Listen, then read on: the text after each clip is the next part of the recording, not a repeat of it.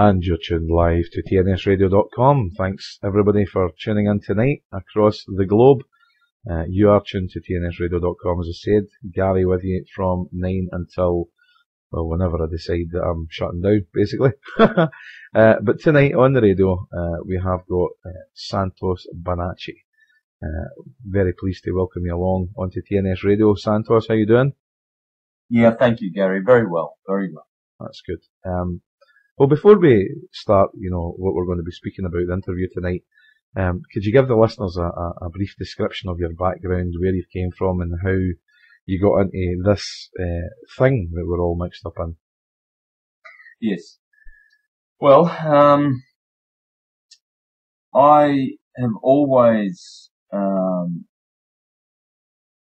tried to understand the truth and sort out the difference between error and truth in my life. My parents immigrated to Australia from southern Italy, Calabria, in 56, and married as Catholics, and I was baptized as a Catholic in 65. I was born in 63. Shortly thereafter, my parents became Jehovah's Witnesses. So we were ostracized by the relatives because many of our family came over to Australia. And so it was difficult for me growing up as a Jehovah's Witness, but in my teens I left the Jehovah's Witnesses because I was thinking for myself. Yep. And chose my own path.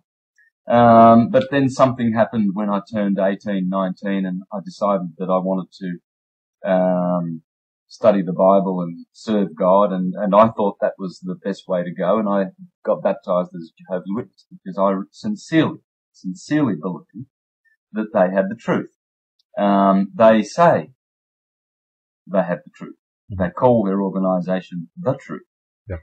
And you'll probably find that most other Protestants do. There are 30,000 registered Christian denominations on the planet. Well, about 10 to 8 years ago, I started to become very weary of the Jehovah's Witness governing body and the organisation, and I started to see through their motives of reorganising at the top end, there were a lot of very unusual things going on with the organisation, and so now I understand that it is an organisation of pure mind control. Mm-hmm. So as I slowly began to pull myself away from the organisation, I started to do research, and that led me to where I am now, and I have discovered many deceptions that have occurred in this world and that are occurring. It's quite tragic, the situation. But this subject of law, I probably have only been really heavily involved in it for the last 3 years. Uh-huh. And how I got there was, I would say, people like Jordan Maxwell, Michael Tsarian, just being willing to have an open mind and look at people's products and people's videos that have got things to tell. Tim Turner in America, Robert Menard in Canada, John Harris in England. These kind of people. When I started to realise, you see, as a Jehovah's Witness, they keep telling you and reminding you that you are a sinner and a maggot and a worm, and you have no rights. You have no rights. And so when you start seeing these people like yourself, and Franco Collins is one that I really recommend for people. He's in Sydney, and most of what I'm going to share with you this evening is probably 90% from Franco Collins' website, in oneheaven.com and also Ucadia. Mhm. And he's discovered the ecclesiastical nature of the justice system and the courts.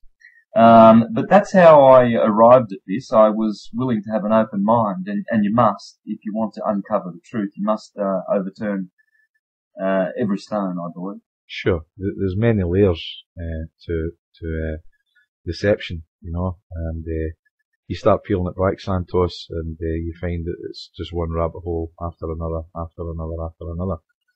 Now, as far as the court system and stuff is concerned, you know, it traces back quite a time, and that's basically what we're going to be starting off by speaking about tonight.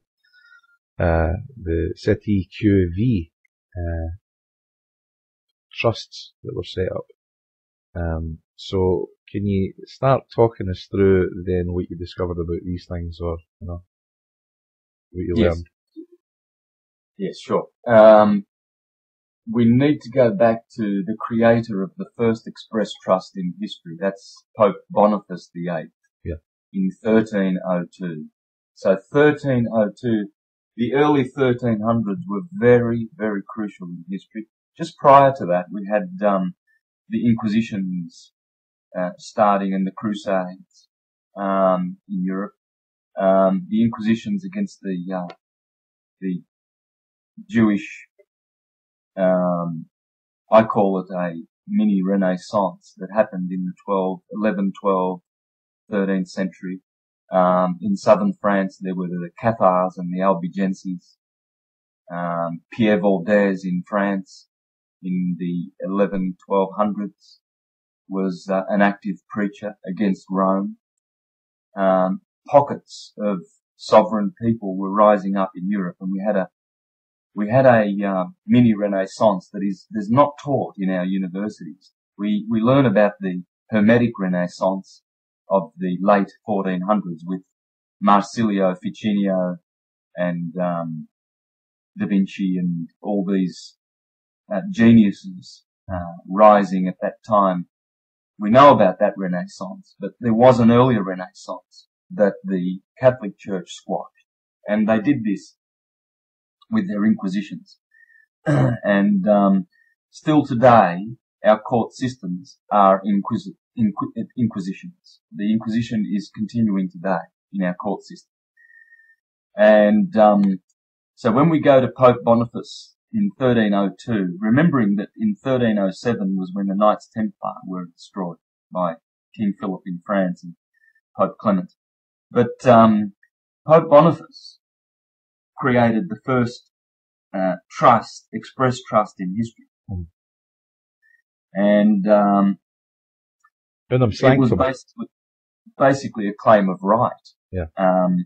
How they did this was they wrote up a papal bull with blood on the skin of a kid. Now, Franco Collins shows that when they use the word kid, now we know that relates also to children, and he says that is how they actually, in fact, do their papal bulls. Now might sound scary to some people, but it doesn't surprise me. But that's not what I'm saying. And although I believe that is true, Franco Collins has researched this, and he's done extensive research. I recommend people do go and have a look at what he has to say. He has audio files that you can listen to, and they are wonderful, wonderful. And you can really learn a lot about this. He knows much more than I do, and he's a great researcher. Those papal bulls, they are then blessed or cursed, if you like, and placed in vaults in the Vatican. And that's basically a claim of right. And in that papal bull, Pope Boniface declared that the whole world, everything, all the property and all the humans that live on this planet belong to the Catholic Church. and that there's no salvation outside of the Catholic Church. And basically no one has really challenged that down to this day.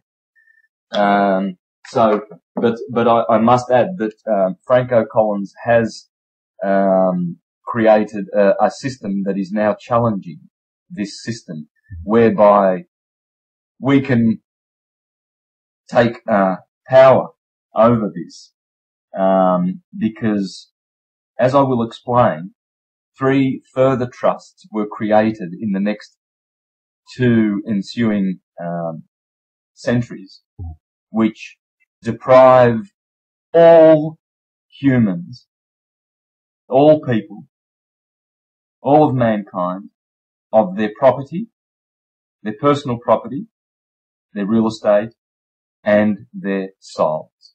And I will explain that as we go. That's the power of these papal bulls, because there's no entity that can defy the Catholic Church, and there's no entity that is like unto it. It's a creature of massive power. And the Vatican, with its cardinal body of cardinals, Vatican, of course, means divining serpents. It has other meanings, but it has got a very suspicious definition. And those cardinals know very well what they are practicing is sorcery, and they've practiced some very fine work and sorcery on mankind, deception at every level, whereby even educated people really do believe that their opinions are accurate and true, and they can basically guide their lives in truth by what they've learnt at university as well. Quite the opposite is true. They've been brainwashed and mind controlled. Anyway, let's go further down the track. In 1455,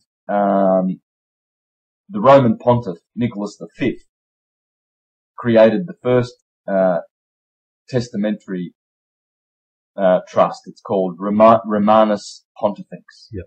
So that means the Roman Pontiff.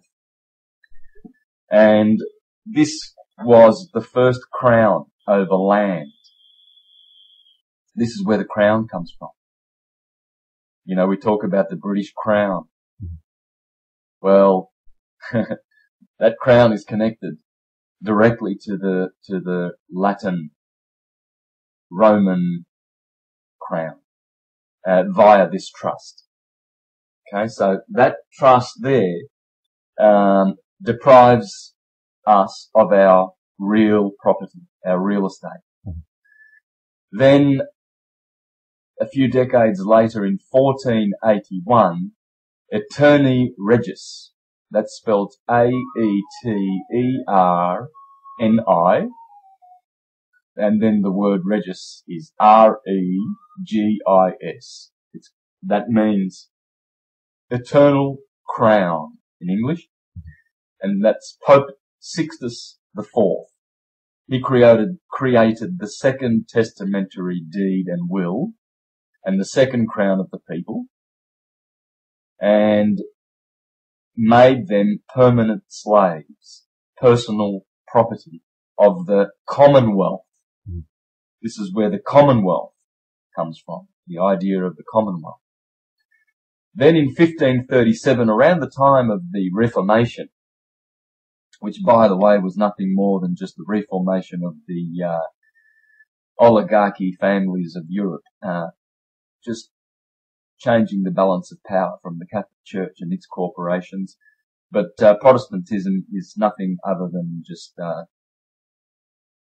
land grabbing and just taking the land away from the Catholic oligarchy families, and but it's basically just the same thing. Corporations, business, nothing personal, just business. And these families, now their bloodlines go back back to Egyptian and Babylonian days. I mean, the Rothschilds claim that they go back to a mythological figure which they claim to be historical, Nimrod. Their bloodline goes back to Nimrod. The Windsor family, who are the Saxe-Coburg-Gothers, German family, they claim to go back to the pharaonic bloodline of Akhenaten and the 18th dynasty bloodlines. So these families they've known for thousands of years all the tricks of deception, and they've known how to manipulate the masses. So as they control all the corporations and as they control all the institutions, they have poisoned the minds of most of mankind. It's important to note here that the SETI QV trusts, the Latin for SETI is the number 6, and that's what it translates to, is number 6. Yeah. Yes. So you've got 3 Yes. trusts, SETI QV, which translates to 666.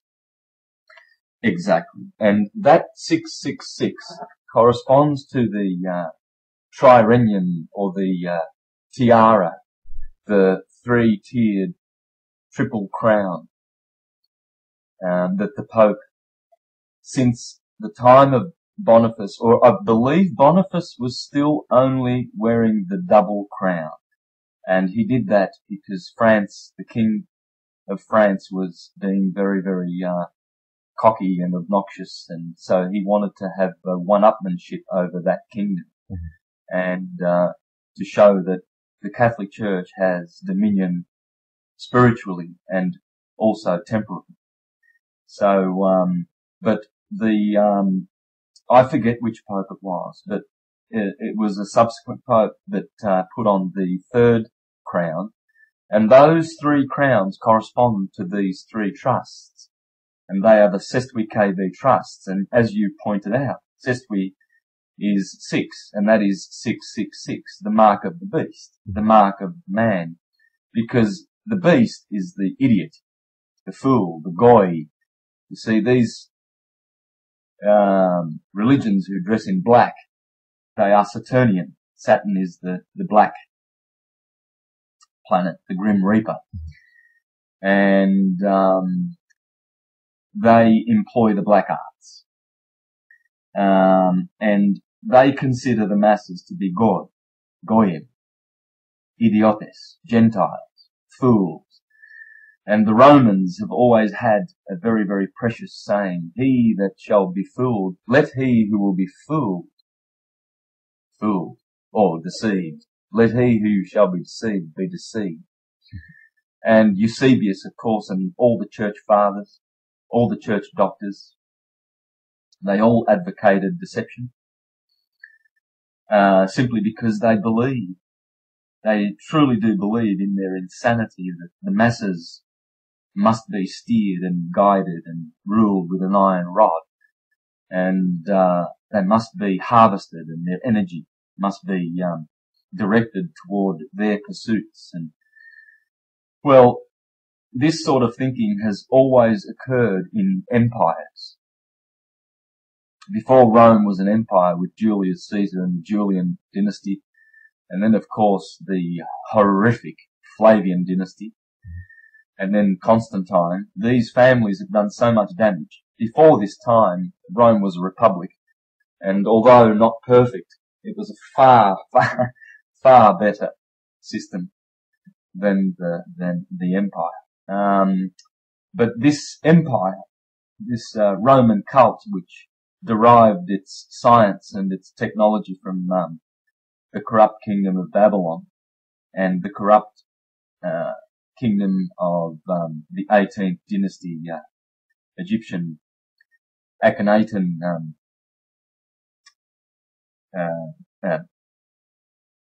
fame.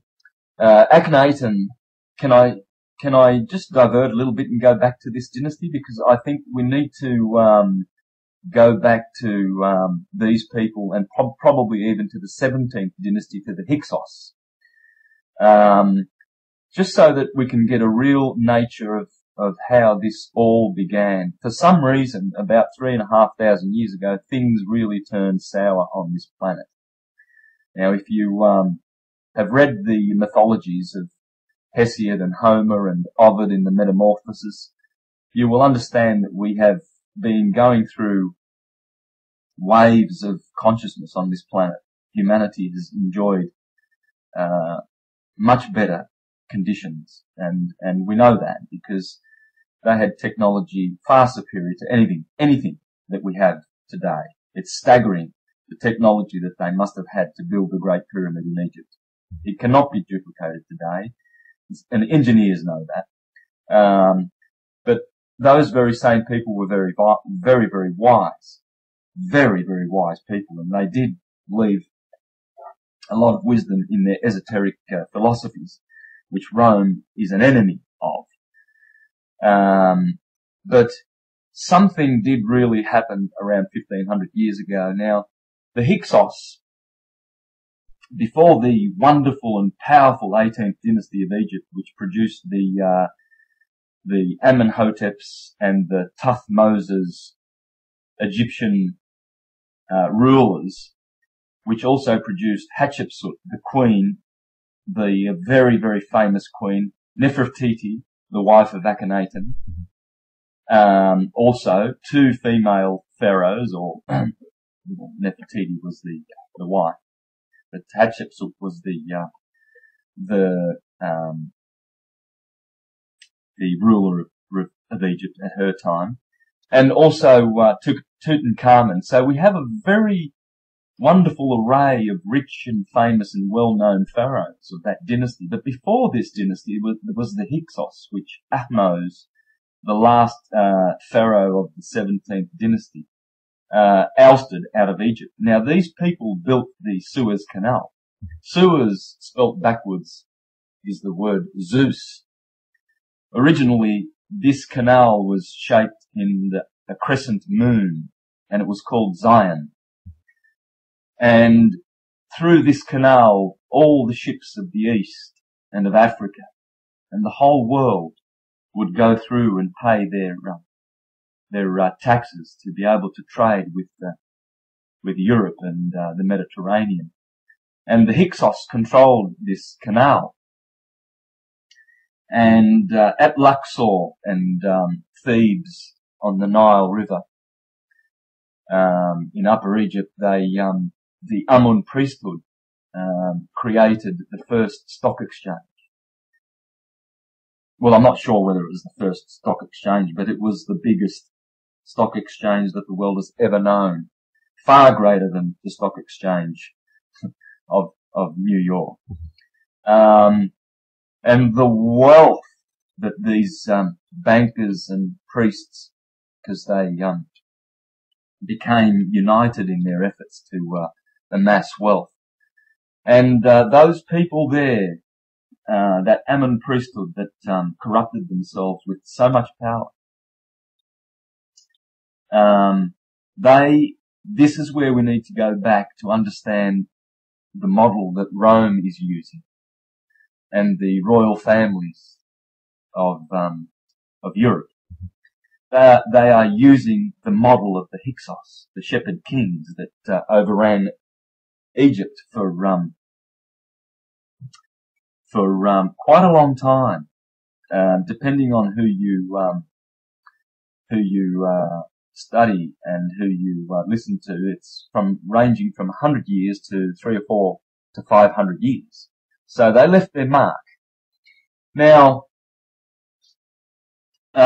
their system has morphed over time, and Rome has actually perfected it. So Rome basically is a kingdom of ideas that has been unstoppable. And you know, when you talk like this to the average person who's been educated through our universities and brainwashed, they look at you as though you have just gone crazy, because they can't imagine how it can be that Rome is still alive and well, and very, very happily positioned to be able to control everything that happens on this planet via the financial hub of the City of London, the 100 square miles, I believe it is.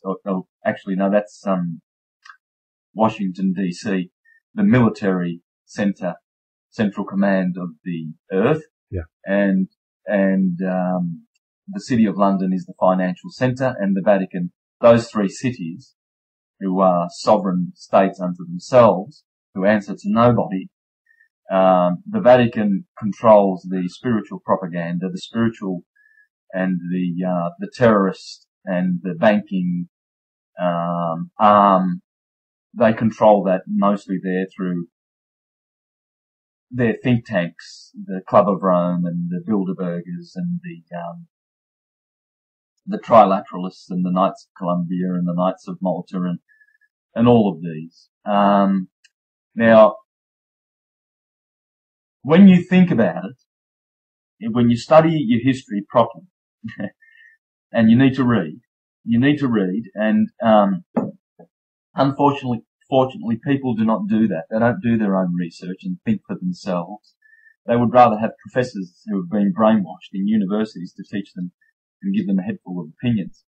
Rome rules the earth by virtue of the fact that it has the calendar that every civilized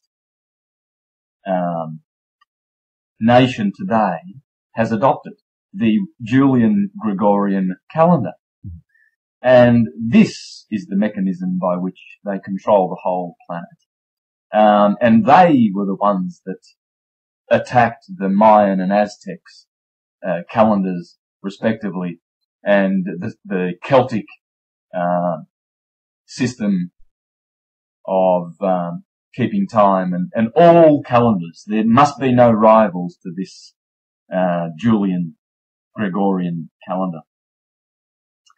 Now, this is not the only mechanism that they have used, and see, people don't realise this. People don't think about these things. But let's consider, for instance,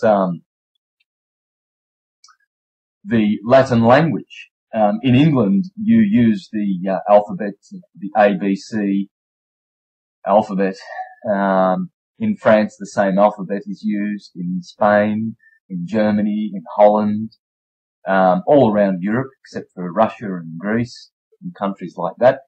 But if you look at your keyboard, you'll find that alphabet is sitting on your keyboard. It's the language of Google. It's the language of the internet. This Latin Roman alphabet.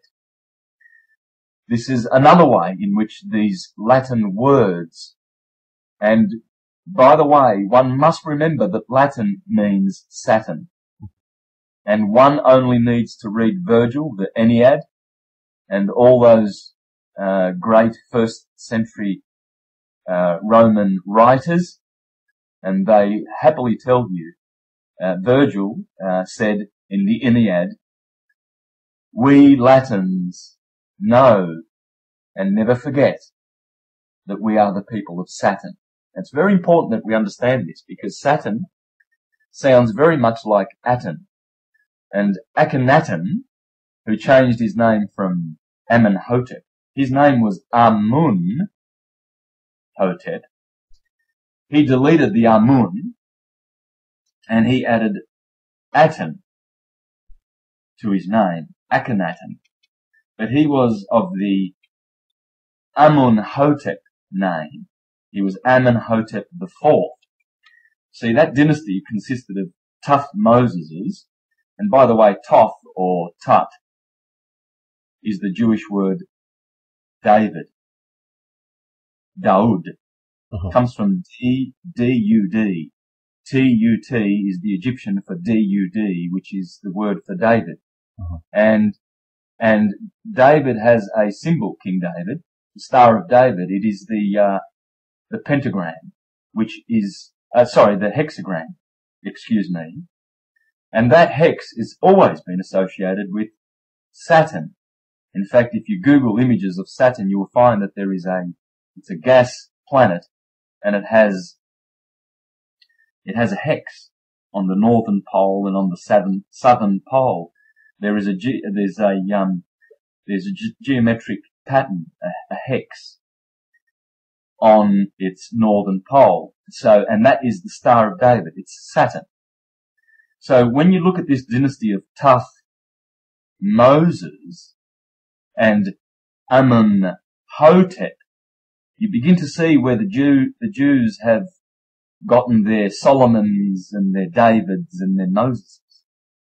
They all come from the 18th dynasty of Egypt. And the Egyptian scholar and writer Osman has written many books on this subject, and I recommend that people look to those books. One of the books that I have before me is titled Moses and Akhenaten. It's funny about that. Sigmund Freud wrote a book about Moses and Akhenaten, didn't he? He also has a book called Jesus in the House of the Pharaohs. He also has a book called Christianity and Ancient Egyptian Religion. And he also has a book called The Hebrew Pharaohs of Egypt. Now, have a look at the name Amun-Hotep. Amun is the last part of the name Solomon, King Solomon. Sol means the sun, and Amun is the sun. So Amun-Hotep and Solomon, it's one and the same word. Hotep means peace. And we know that if you look in the dictionary for Solomon, the etymology of Solomon is peace. And his kingship was known to being a kingship of peace, because his name Solomon means peace. Well, that is exactly what Amun-Hotep means. And as Ahmed Osman proves in his book, by the way, he's an Egyptian scholar, and he's done his homework.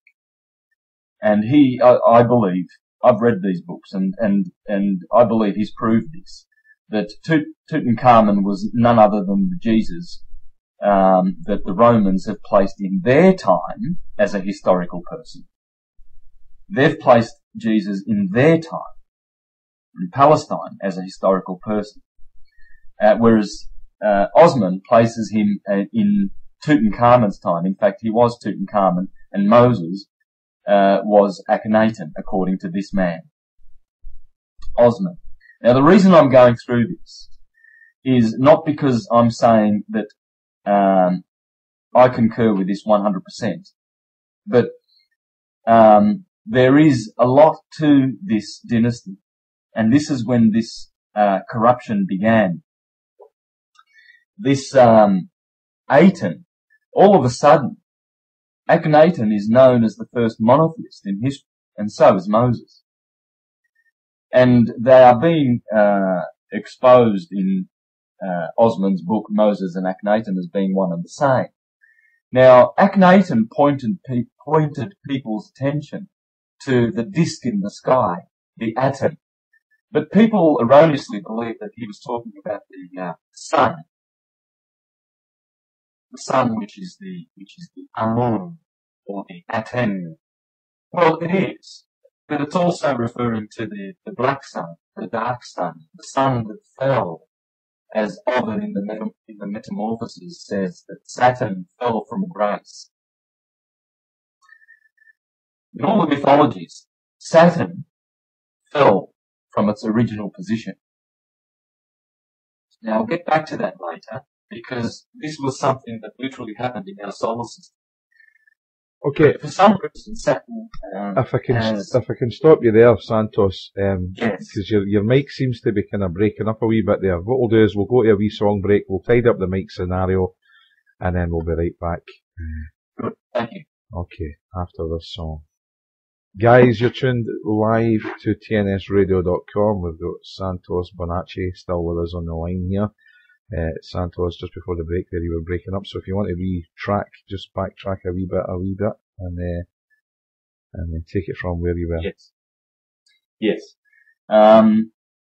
I was nearly finished because I didn't want to dwell too much on that. I want to show how Rome goes back to this Egyptian dynasty through marriages, and the Julian and the Flavian families, and I'll show that how that happened. Now, I was saying about Akhenaten.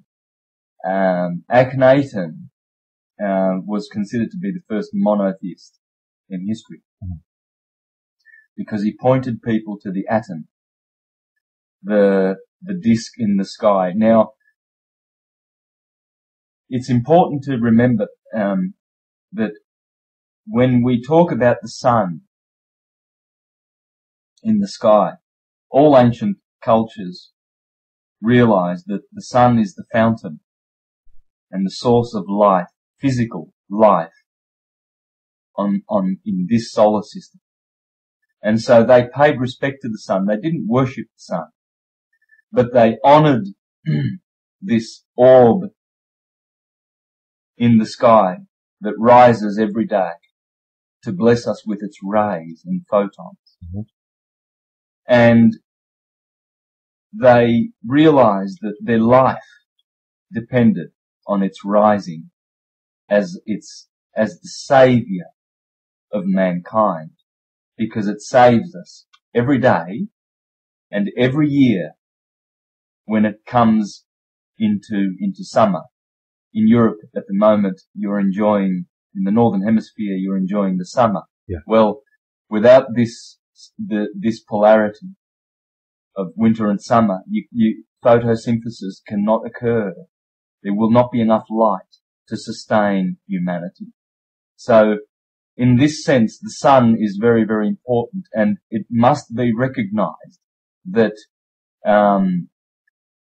whichever God you ascribe to, the God beyond the sun, or the universe, or the cause, or the one that put the suns and the stars in their place in the heavens, must be something wonderful and indescribable. Now, the Jews call this the Ein Sof. The Indians call this one the Anama, the one who has no name. Uh-huh. Whereas the sun is the one that is named. In Egypt, he was called Amun. Uh-huh. And the Hindus say the word Om when they refer to this one. And this sun has its opposer, and the opposer of the sun is none other than Saturn. Saturn is Mr. Cold. It's very, very, very, very cold out there where Saturn is, and it's very, very, very hot where the sun is. These two bodies in our solar system are diametrically opposed in every possible way. Their energies are totally opposite. Saturn is pure magnetism, the sun is pure electricity. Just like an atom, which has particles of electrons and protons. They are opposite forces. And the electrons are like the planets, and they are impregnated by the photons of the sun, which are electric and positive. Now, the reason I'm saying this is because the occultists of the Luciferian type, these oligarchy families of Egypt, and now all of Europe and America, that are ruling the world in this fascist, socialist, Nazi state, corporate state, these people know about the influences of the planets.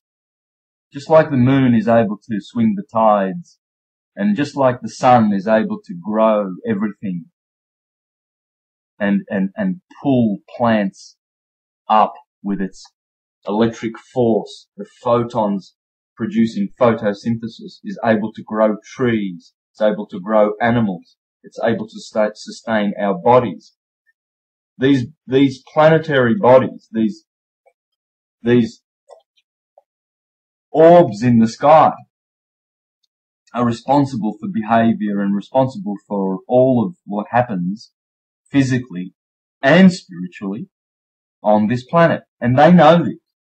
They know and understand how important it is to harvest the energy of Saturn. That's why the Latin church, when you go to court, their definitions and the words, clerk, magistrate comes from magi. Yeah. Magi means magic, because they are about to pull some magic on you. They're just about to perform some, yeah. Yeah, so it's very important that the churches, the Catholic Church retains the Latin language, the language of Saturn and Atom. And it's also very important that the courts continue to use this language of black magic. Now I referred earlier to the Latin, the Roman calendar. I showed how the whole world uses the Latin alphabet. You go to China, on their keyboards, under their kanji, you will see the Latin. You go to Japan, under their kanji and their hiragana and katakana, you will see the Roman language. In fact, the Japanese call this language Romaji. R-O-M-A-G-I. Romaji. Romaji, they say. And what does that mean? The language that comes from Rome. Now, see, because we've learnt English at school, we don't, and we use the alphabet all the time, we don't ask where is the origin of this alphabet. We don't do that. But it's from Rome. The other thing that Rome has been able to do universally is canon law, the law of the high seas, commercial law. And they have insinuated this law and in parallel with common law over the times, over the ages, especially since the Magna Carta. Canon law has been very, very, very strong since the 12th century, since the Magna Carta, which is founded on common law, law of the land, or what people call God's law, universal law, common sense, dominion, stuff that we know in our conscience to be true, stuff that is in our heart already from the moment we are born.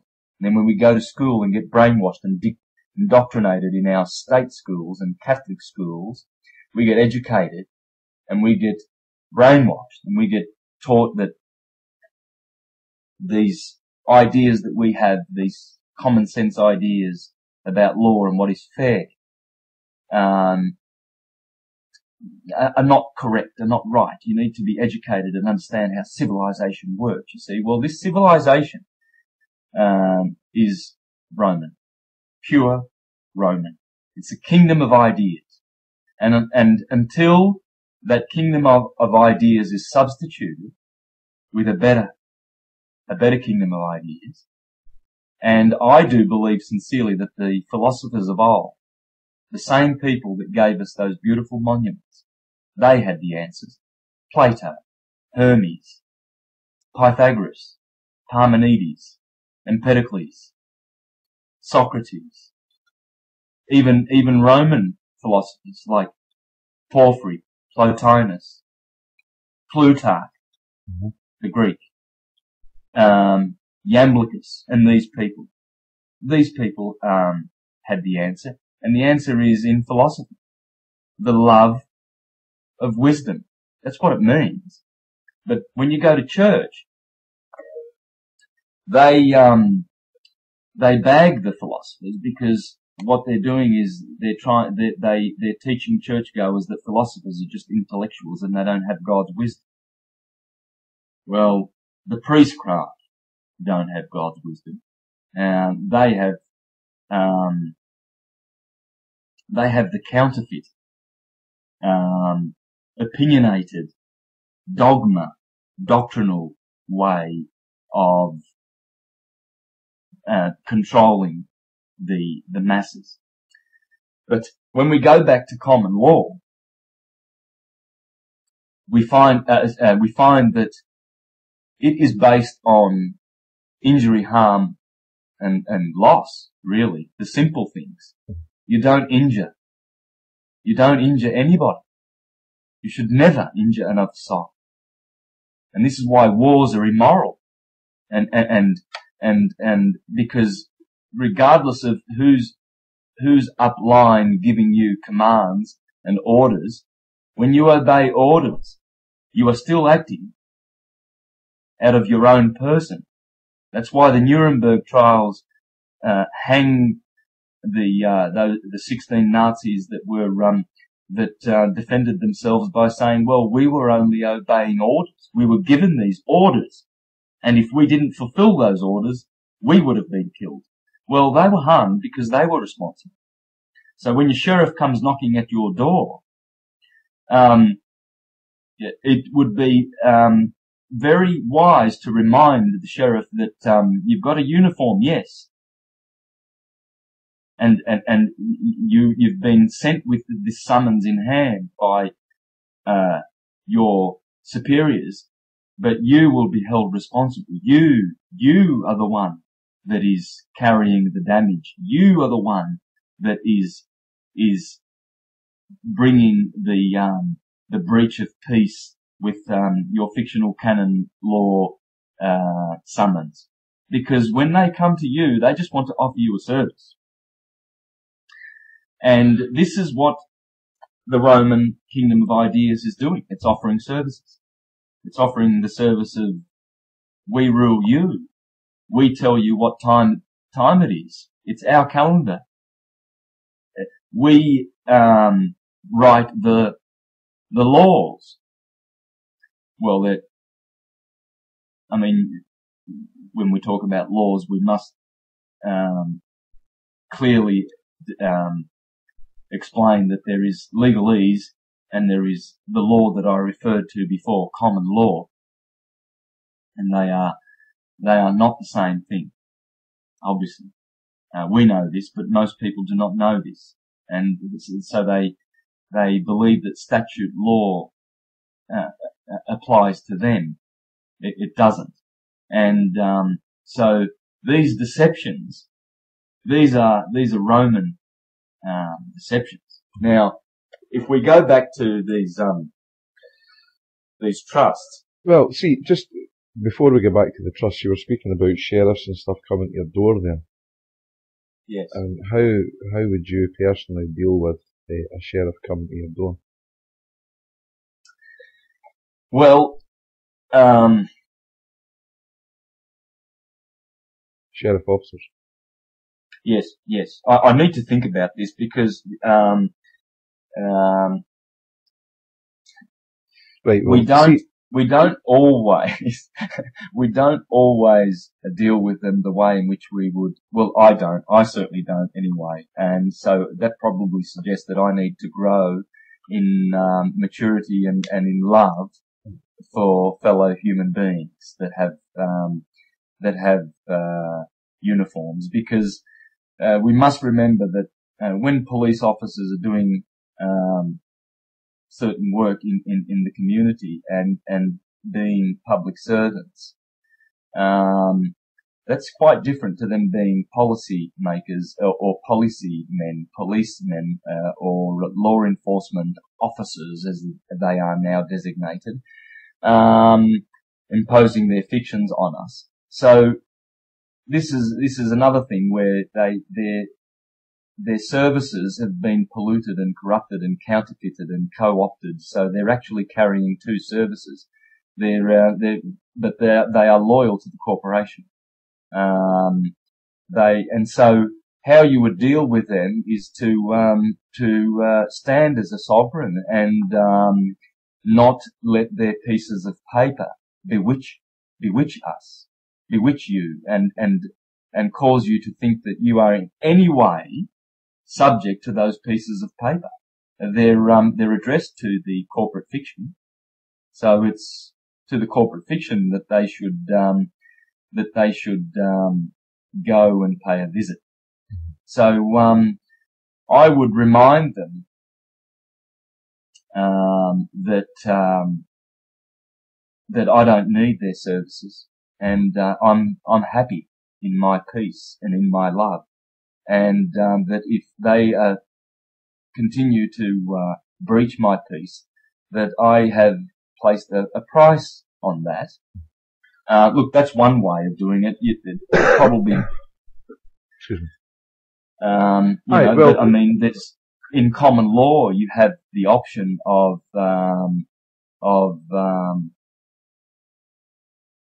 pursuing them, not by suing them, but by commercial lien.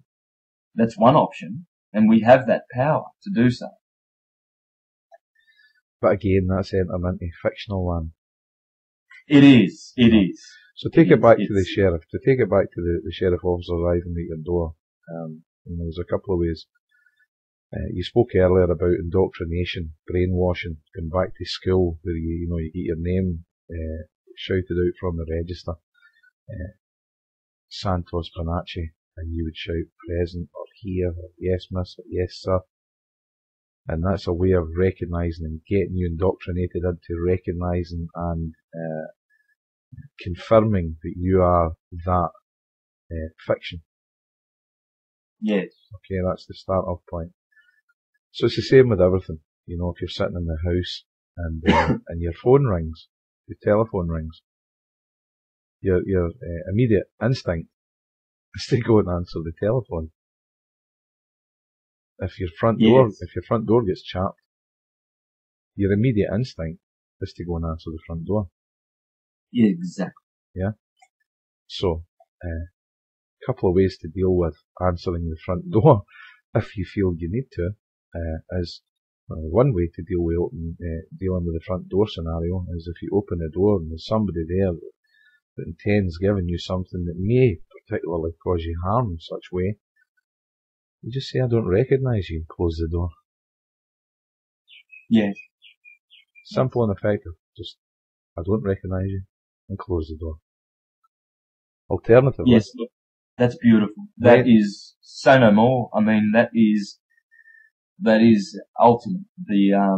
Because if they're saying that they're sheriff officers, we're looking for Mr. Santos Bonacci. Who are you? We're sheriff officers. I don't recognise you. You're in fictional land. I don't see you. I don't hear you. And you close the door, walk away, and forget it. Just let them stand there. Yes. Even if they look in your window, just close the blinds. Doesn't matter. Yes.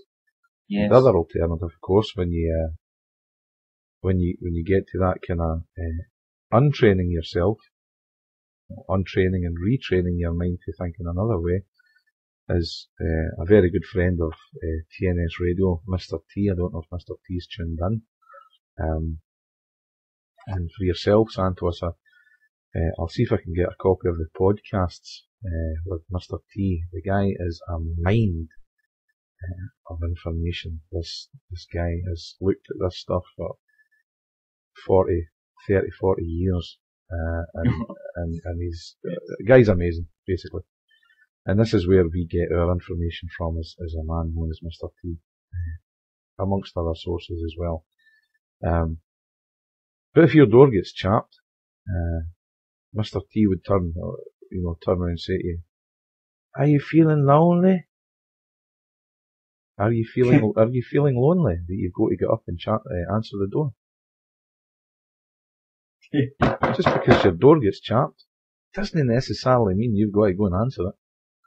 It's only a noise. It's only a noise. Well, for the most part, if you've got somebody coming to see you, Santos, 99 times out of 100, whoever's coming to see you will probably pick up the phone. That's whether you answer it or not. Pick up the phone and call you and say, "Santos, I'm in your neighbourhood. Put the kettle on. I'm coming over for a cup of coffee." Exactly. So you pretty much know when somebody's going to be at your door. So if you get a chap at your door unexpectedly, and you don't know who it is, and you're feeling lonely. Exactly. Yes. Yes. So it's a No, matter of, yes, well said. it's a matter of simplifying things and looking at it for what it is, you know. We don't have to do anything that we don't want to. Yes, that's right. And if it comes through the door, and I'm sorry, but if it comes through the door and you pick up something and it says a legal fiction on it and you recognise that, well, you're already halfway to court. And That's right. I know that we discussed this today, you know, and there was a fella that I was speaking to, another fella that I was speaking to today was talking about paperwork. You know, a lot of people have got it in their heads that I completely poo-poo that is put down people who pursue the paperwork avenue. I don't. Each to their own. If they want to pursue paperwork, the very best of luck to you, and I'll hope you're 100% successful, and if I can help you along the way, then I'll help people along the way doing that as well. But it seems to me that people who, let's say, have got to this scenario, they've got to where we're at, and they're saying, well, wait a minute, I am not a person. I am not a legal fiction. I am not your slave. I'm not a number. But then, for some strange reason, they want to go into a fictional place to defend themselves against a fictional character, against a judge who's sitting in fictional land. And that just doesn't make sense to me. Yes, that's right. So that's why I derived at the concept about a year odd ago that if somebody wants to take me to court, then they better come and get me.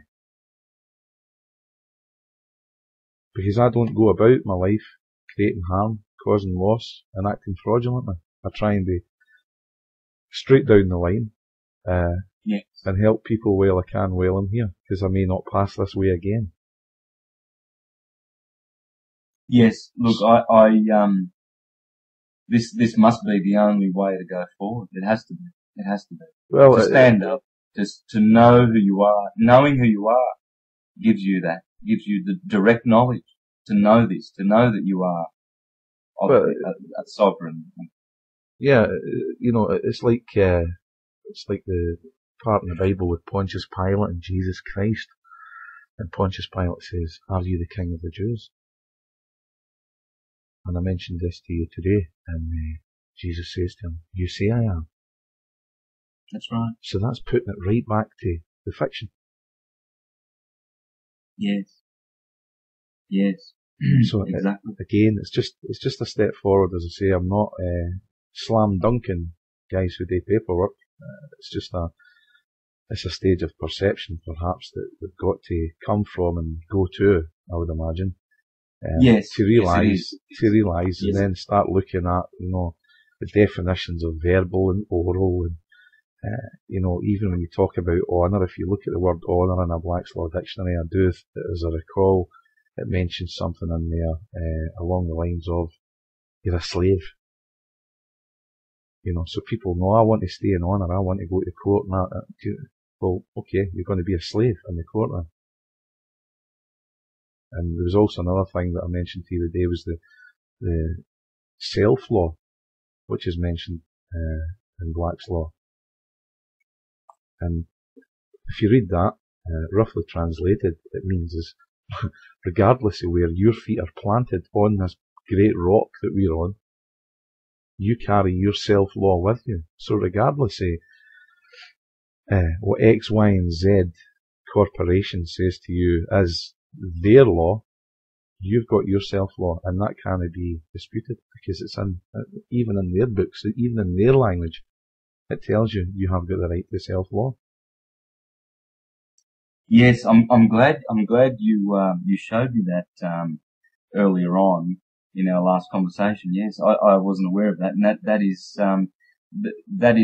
an admission that they are making themselves. They have to make that admission, because that is a fact. Absolutely. isn't it? I mean, but it takes, for some, like me, it takes a lot of study and effort to arrive at this understanding. It doesn't come immediately. To be able to understand who you are in this world and to be able to see their deception clearly, I believe one must study, read, apply themselves, think about them. Why things appear to be rotten to the core. Every institution, everything, government, politics, capitalism, the economy. It's the whole Roman system is obviously falling apart because many people are waking up and realizing who they are and seeing that materialism surely materialism has had its day. Capitalism must have, it's over. It must be. And yet it's hanging on by virtue of the fact that there's a certain amount of public ignorance left still, whereby there is enough of people that are following along and cooperating with this system that it just keeps going. But surely, I sincerely believe that that is going to exponentially just dissolve in the very, very near future. Now, an education, but not opinionated education, true knowledge, direct knowledge, is the only way to go forward. When people discover what's happening in court, that everything that happens in court is ecclesiastical, and that's provable. I mean, you have a clerk. Now, a clerk is a cleric. You have a hearing, which a hearing is a confession. Forgive me, Father, for I have sinned. You have a punishment, and that would be a fine. An indulgence, that would be a fine. The penance, basically everything runs on the sacrament of penance and indulgence. So, there you receive a writ. Now, W-R-I-T, you remove the W because the Latins actually don't use W anymore. It's obsolete in Italy. But what is left over is R-I-T. Now, that comes from ritus. In English, we call that a rite. And a rite has to do with religion. And so that when you've been sent a writ, they are practicing a rite on you. The prosecutor, 3 words, prosecutus, standing in behalf of one's skin. So he is the accuser, standing in behalf of your skin. He is prosecuting. He's doing something with your skin. He's standing there in court in behalf of you, in your skin, in your boots, and he's accusing you. So the courtroom is just like theatre. And as Franco Collins has explained very beautifully, the Roman cult in the 1500s, the time of Queen Elizabeth I, many refugee or many Catholics had to flee England, and they went to Rome, and the Romans had the College of English, where they boiled up, as he says, they boiled up the English language, and they basically put together Shakespeare to give us formulas for murder, for marriage, for all the procedures that go on in court. And so when you go to court, sorry, there is actually some speculation that Shakespeare didn't even exist. Yes, that's right. Now, I really do recommend that people go to Ucadia.com or Ucadia Talkshoe, and listen to the 2-hour audio archives of Franco Collins. And start from the most recent and go back.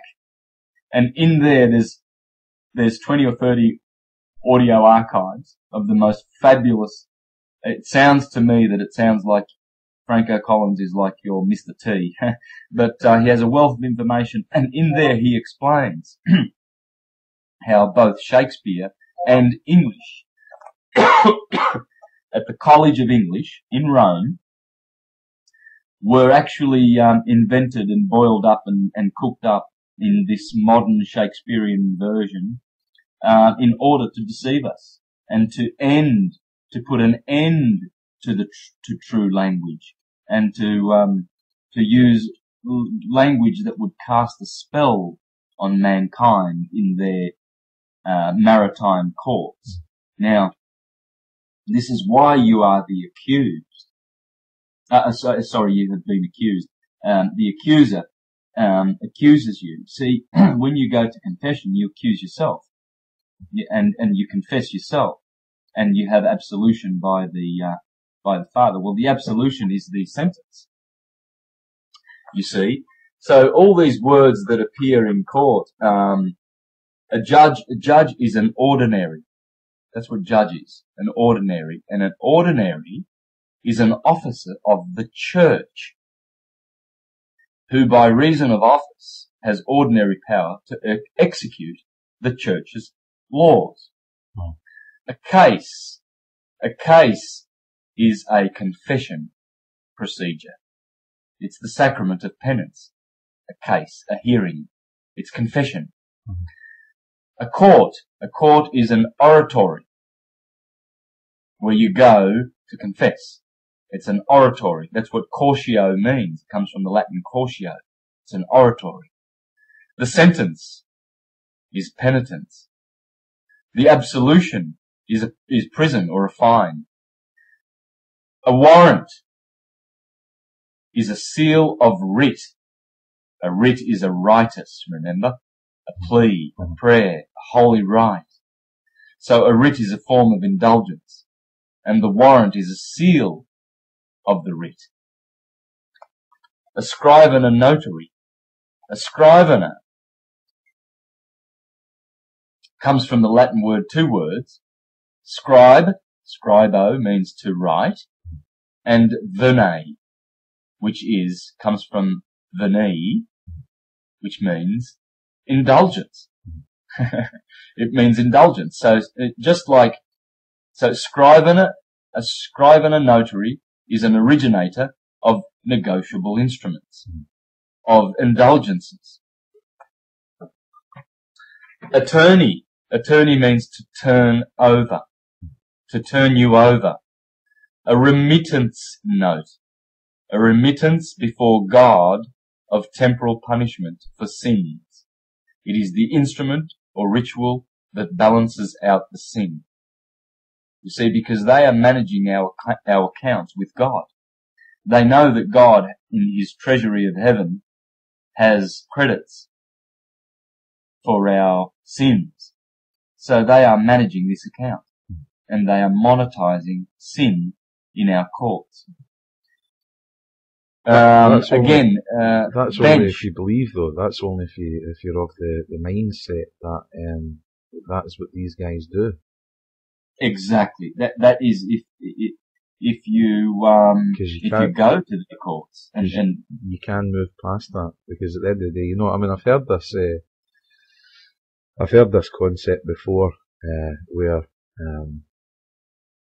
a judge leaves a room, and he leaves as a judge, and then he comes back as a priest, and then if he leaves again, he comes back as a ship's captain. I've heard this before, and my theory on that is it doesn't really matter to me. It's just a man leaving a room and a man walking back in the room. Yes, it's what your perception tells you. It's what you believe. And to be quite honest with you, if I was in one of the places to begin with, which would be probably no chance of happening unless they came and got me, and in which case I would be probably handcuffed, and as soon as somebody starts talking to me, I'd be saying, can't say nothing, I'm under duress. Can't speak, I'm under duress, and then I just shut my mouth. And as soon as they take the handcuffs off me, I'd bow to that room, I'd leave. And if they keep putting the handcuffs off me and put me back where they want to put me, then I still can't treat because I'm still under duress. But if I had to go there of my own accord, this is just my perception, this is not me being argumentative or anything like that, this is just a nice friendly discussion, of course, that we're having.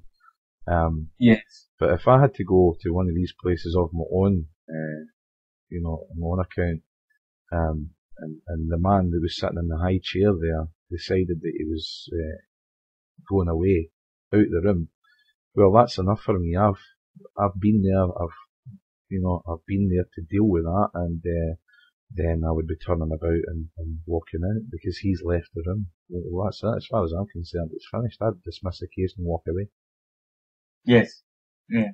I wouldn't allow the guy to come back because, even if he says to you, we're going to take a recess, we'll call the case again at 2:00 this afternoon. Well, if you go back there at 2:00 in the afternoon, well, you've just contracted. You've just contracted with the guy. Yes. So as soon as that man leaves that room, my buttocks is out of there. Yes. Yeah. That's beautiful. Yeah. Yes, surely must be superior to any other way. Surely. Mm. Well, I'm only passing on to you what I've had passed on to me, and again, it's it's with a bit of logic and common sense and your own perception and simplicity, basically. When you start thinking about things, I like to simplify things. I'm not the most intelligent guy on the planet, but I like things that's simple. A goes to B goes to C, and it all makes sense. And rather than be stuck under a mountain of paperwork, continually going to courts and back and forward, legal fictions, judges, courts, I don't do that.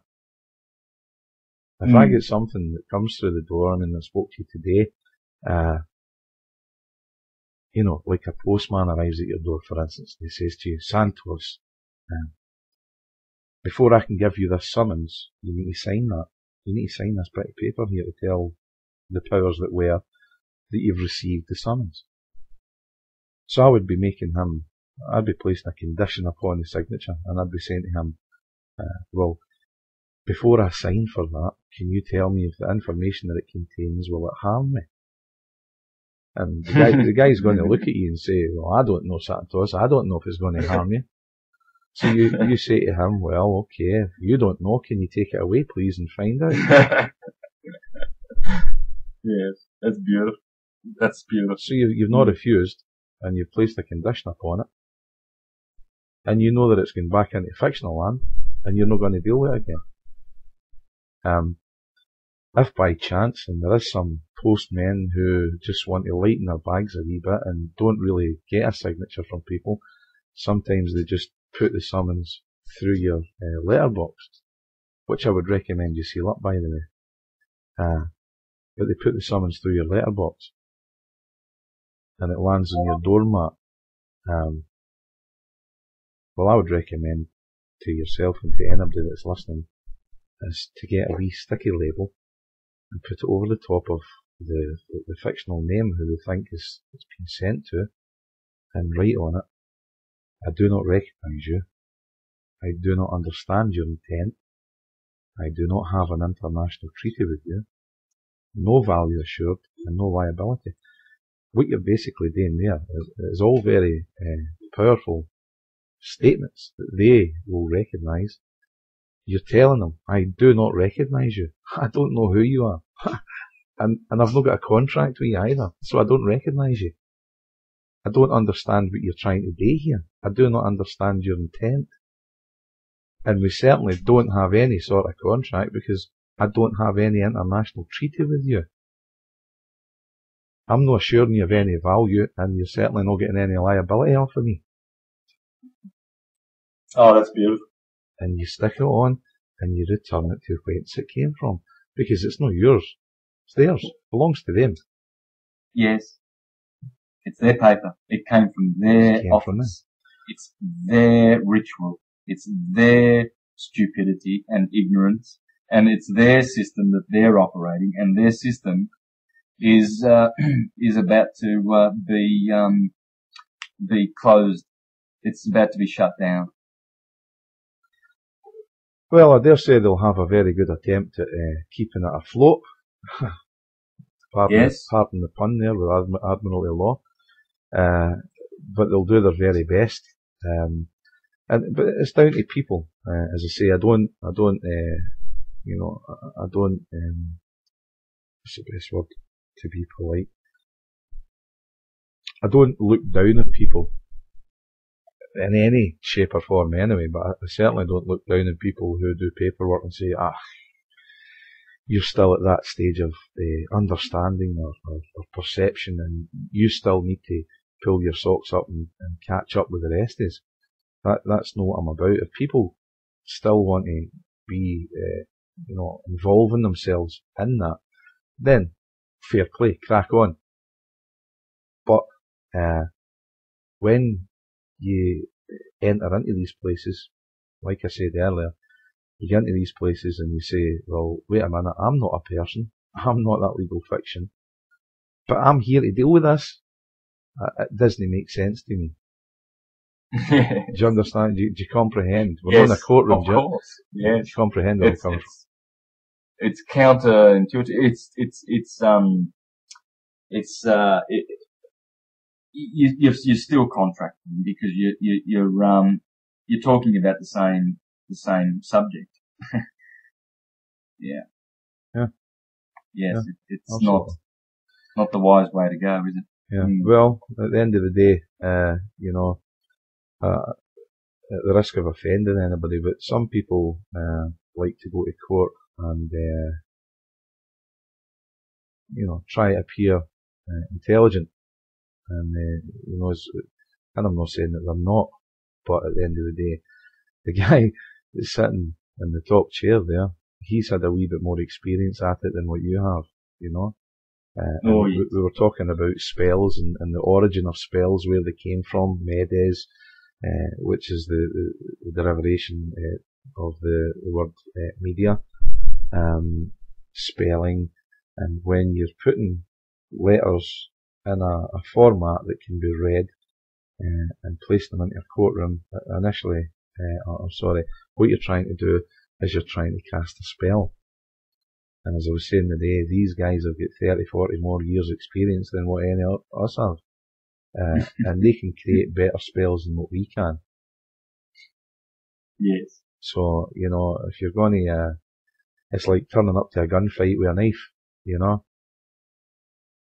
Yes. The guys have got the gun, you've got the knife. You can do some damage, but they can kill you. Yes. That's right. Without getting close to you. Yes. So that's my stance on things. Listen, what we'll do, Santos, is we'll go to a wee musical break at the minute, and I'll ask the listeners if they've got any questions, can they start lining them up for us, and we'll get into some of that. Meantime, guys, please remember that we've got donate buttons all over the places on tnsradio.9.com and also on the Scottish Sovereigns on the land.9.com. If you feel inclined to pop a donation our way, every single bit of paper or coin that you put our way goes to a good cause. The sites are non-profit sites, and it helps keep the sites alive. Guys, yes, you're tuned to. But it really shows, and I'm really enjoying our conversation. Sure, cool. We're live on there again. Guys, you're tuned to tnsradio.com. We still have Santos Bonacci, lovely chap from down in Australia, and poor guy, it's about 6, 7, 8 o'clock there in the morning, 10 to 8 or something. Santos? Yes, it is. It's 7:52 a.m. 7:52. This man, guys, got up out his bed at 5:45 his time to come on TNS Radio, so a multitude of thanks for that, Santos. But we do have some questions that's been coming in for you. Let's see if we can locate some of them.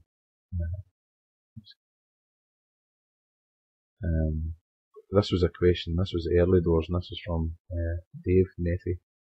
Nethy02. How you doing, Dave? Over on tnsradio.com. .ning.com, sorry. Where does the Swiss Guards fit into this?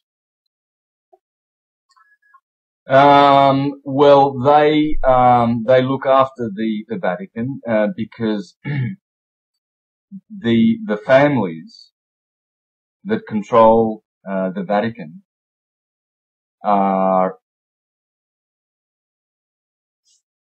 have their corporations in Switzerland. Switzerland, it's a Swiss family business. The Vatican is run like a business. Now, the people who are behind it are the black nobility families and the Piso family.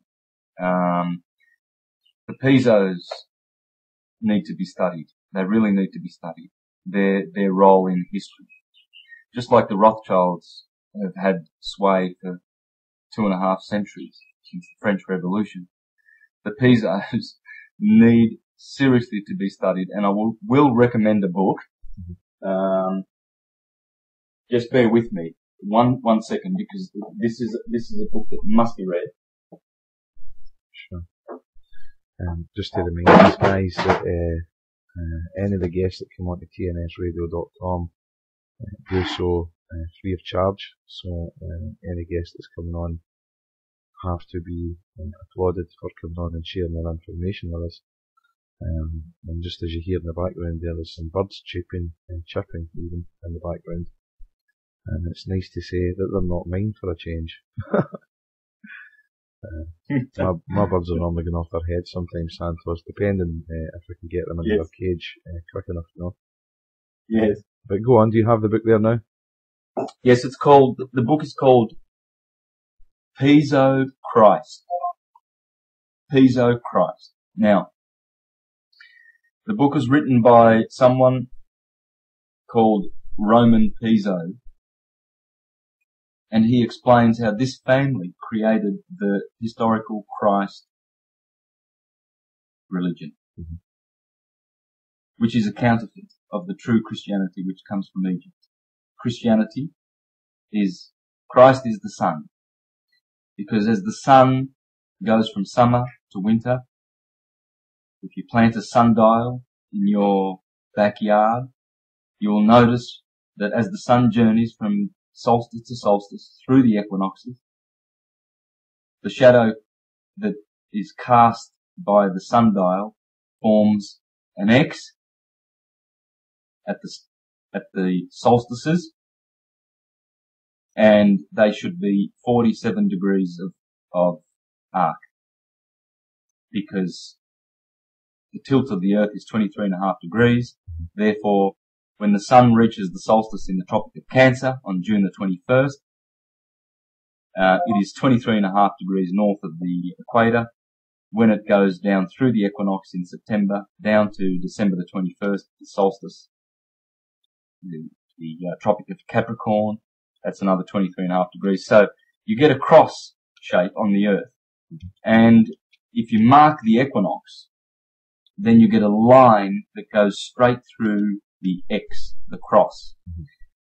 Those two letters are either IX or XR, because sometimes that line has a little U attached to it, and it looks like a P. So you see a P going straight through the X. That's the cross of Constantine that he saw in the skies, and became and converted to Christianity. Now, that P is R, the letter R in Greek. So we should not be confused. So you have an X, which is ki in Greek, and you have an R. So ki, ro are the two letters that make that cross. And the sun makes this cross every year on the ground. Ki, ro. Cairo, where the sundials come from. Where the obelisk that sits in the centre of St. Peter's Square marks what I am saying, and I recommend that people go to a YouTube video called Christianity Revealed. It's a 10-minute video on YouTube. Christianity Revealed. And you will see what the Vatican exactly is. It's sun worship. The sundial in the center there, the obelisk, is sun worship.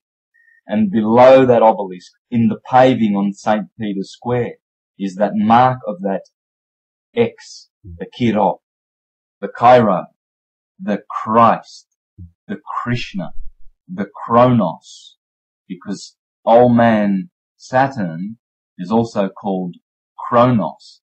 He also has a KR in his name, because Christ, the sun, at the center of the solar system, is at war with Kronos at the edge of the solar system, Mr. Cold, Mr. Magnetic against Mr. Hot, Mr. Electric.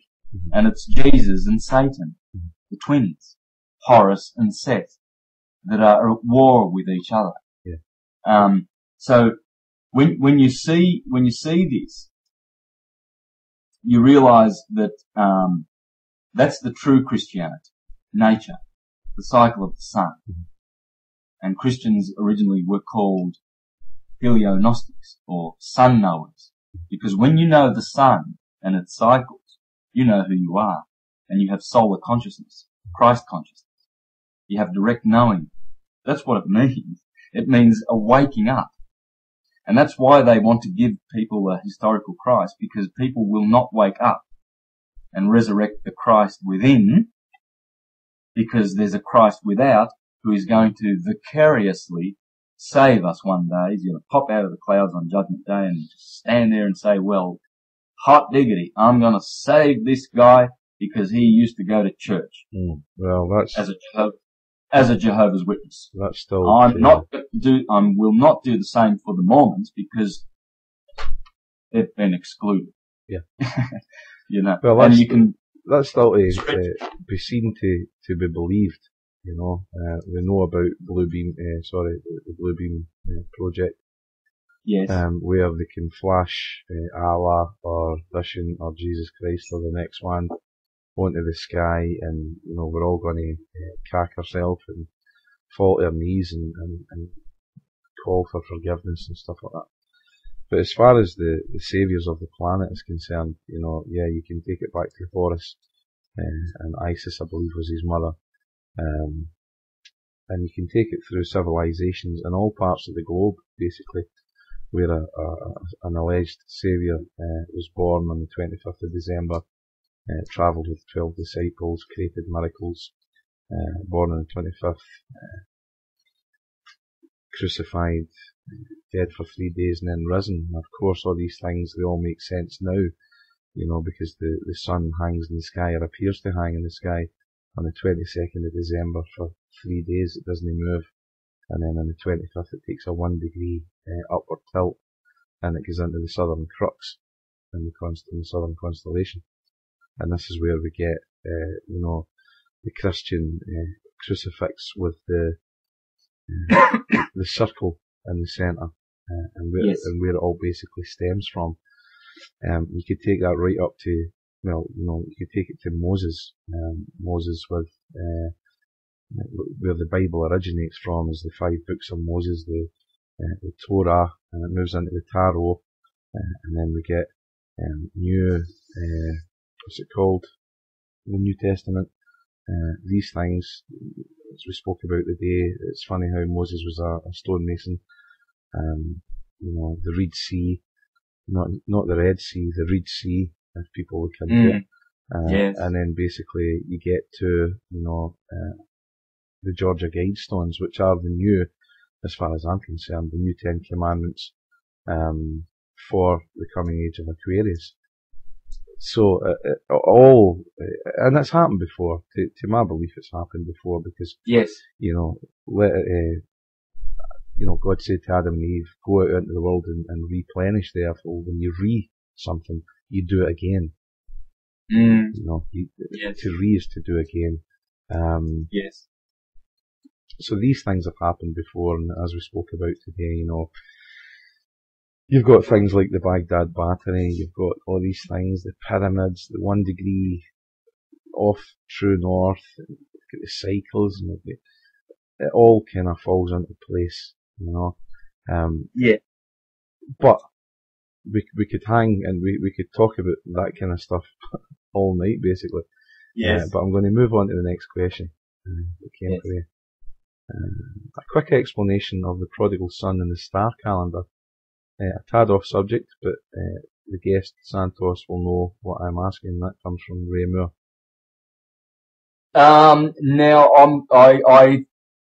I think I know what he's referring to. See, and I'm so glad that you understand this about mythology, because on my YouTube channel, I have a YouTube channel called Mr. Astrotheology. Excuse the name, but Mr. Astrotheology. And I have 3 videos there, and they are very lengthy. And I show this cycle of the sun going through the equinox on March 21st in Aries, the sign of the Lamb.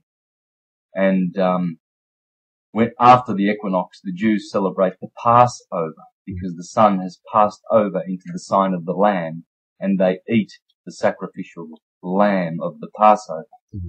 And Christians celebrate the marriage of the Lamb and the Lamb of God that takes away the sin of the world. Well, that's all about the sun crossing over the equinox on March the 21st, so that the photosynthesis cycle can begin and life is restored back to this planet.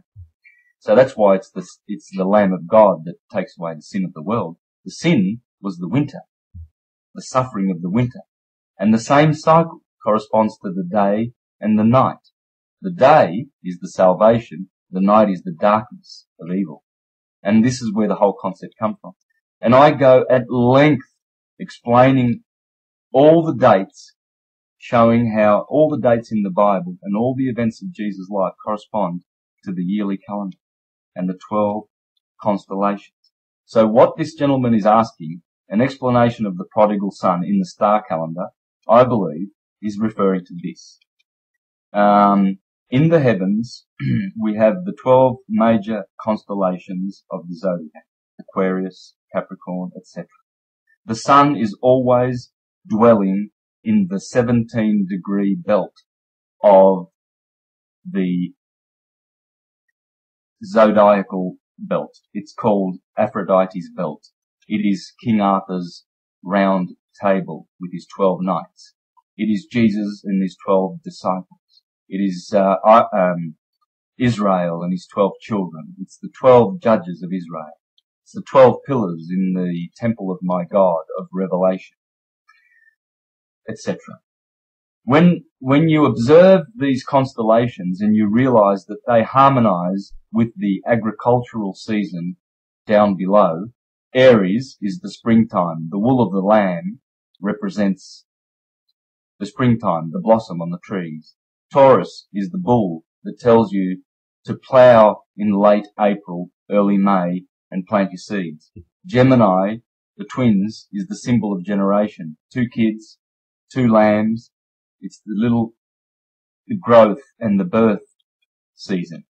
Cancer, the animal that walks sideways, because when the sun hits the Tropic of Cancer, it goes sideways, it goes all the way down and wanes and goes down into hell, where Saturn rules in the sign of Capricorn, at the Tropic of Capricorn. Then Leo, the next sign after Cancer. Leo is the lion and the roar of summer and the heat and the fire. Perfectly on cue. Then Virgo is the virgin who holds the sheaf of grain in her hands.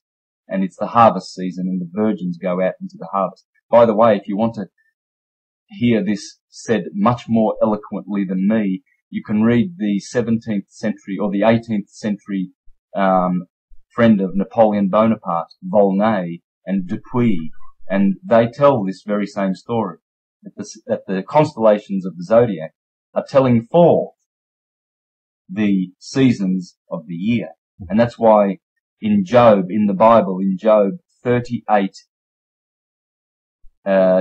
somewhere there in the chapter Job 38, I think it's 34, the God speaking to Job says, "Can you tell forth the Mazzaroth and the seasons in their proper time?" The Mazzaroth is the zodiac.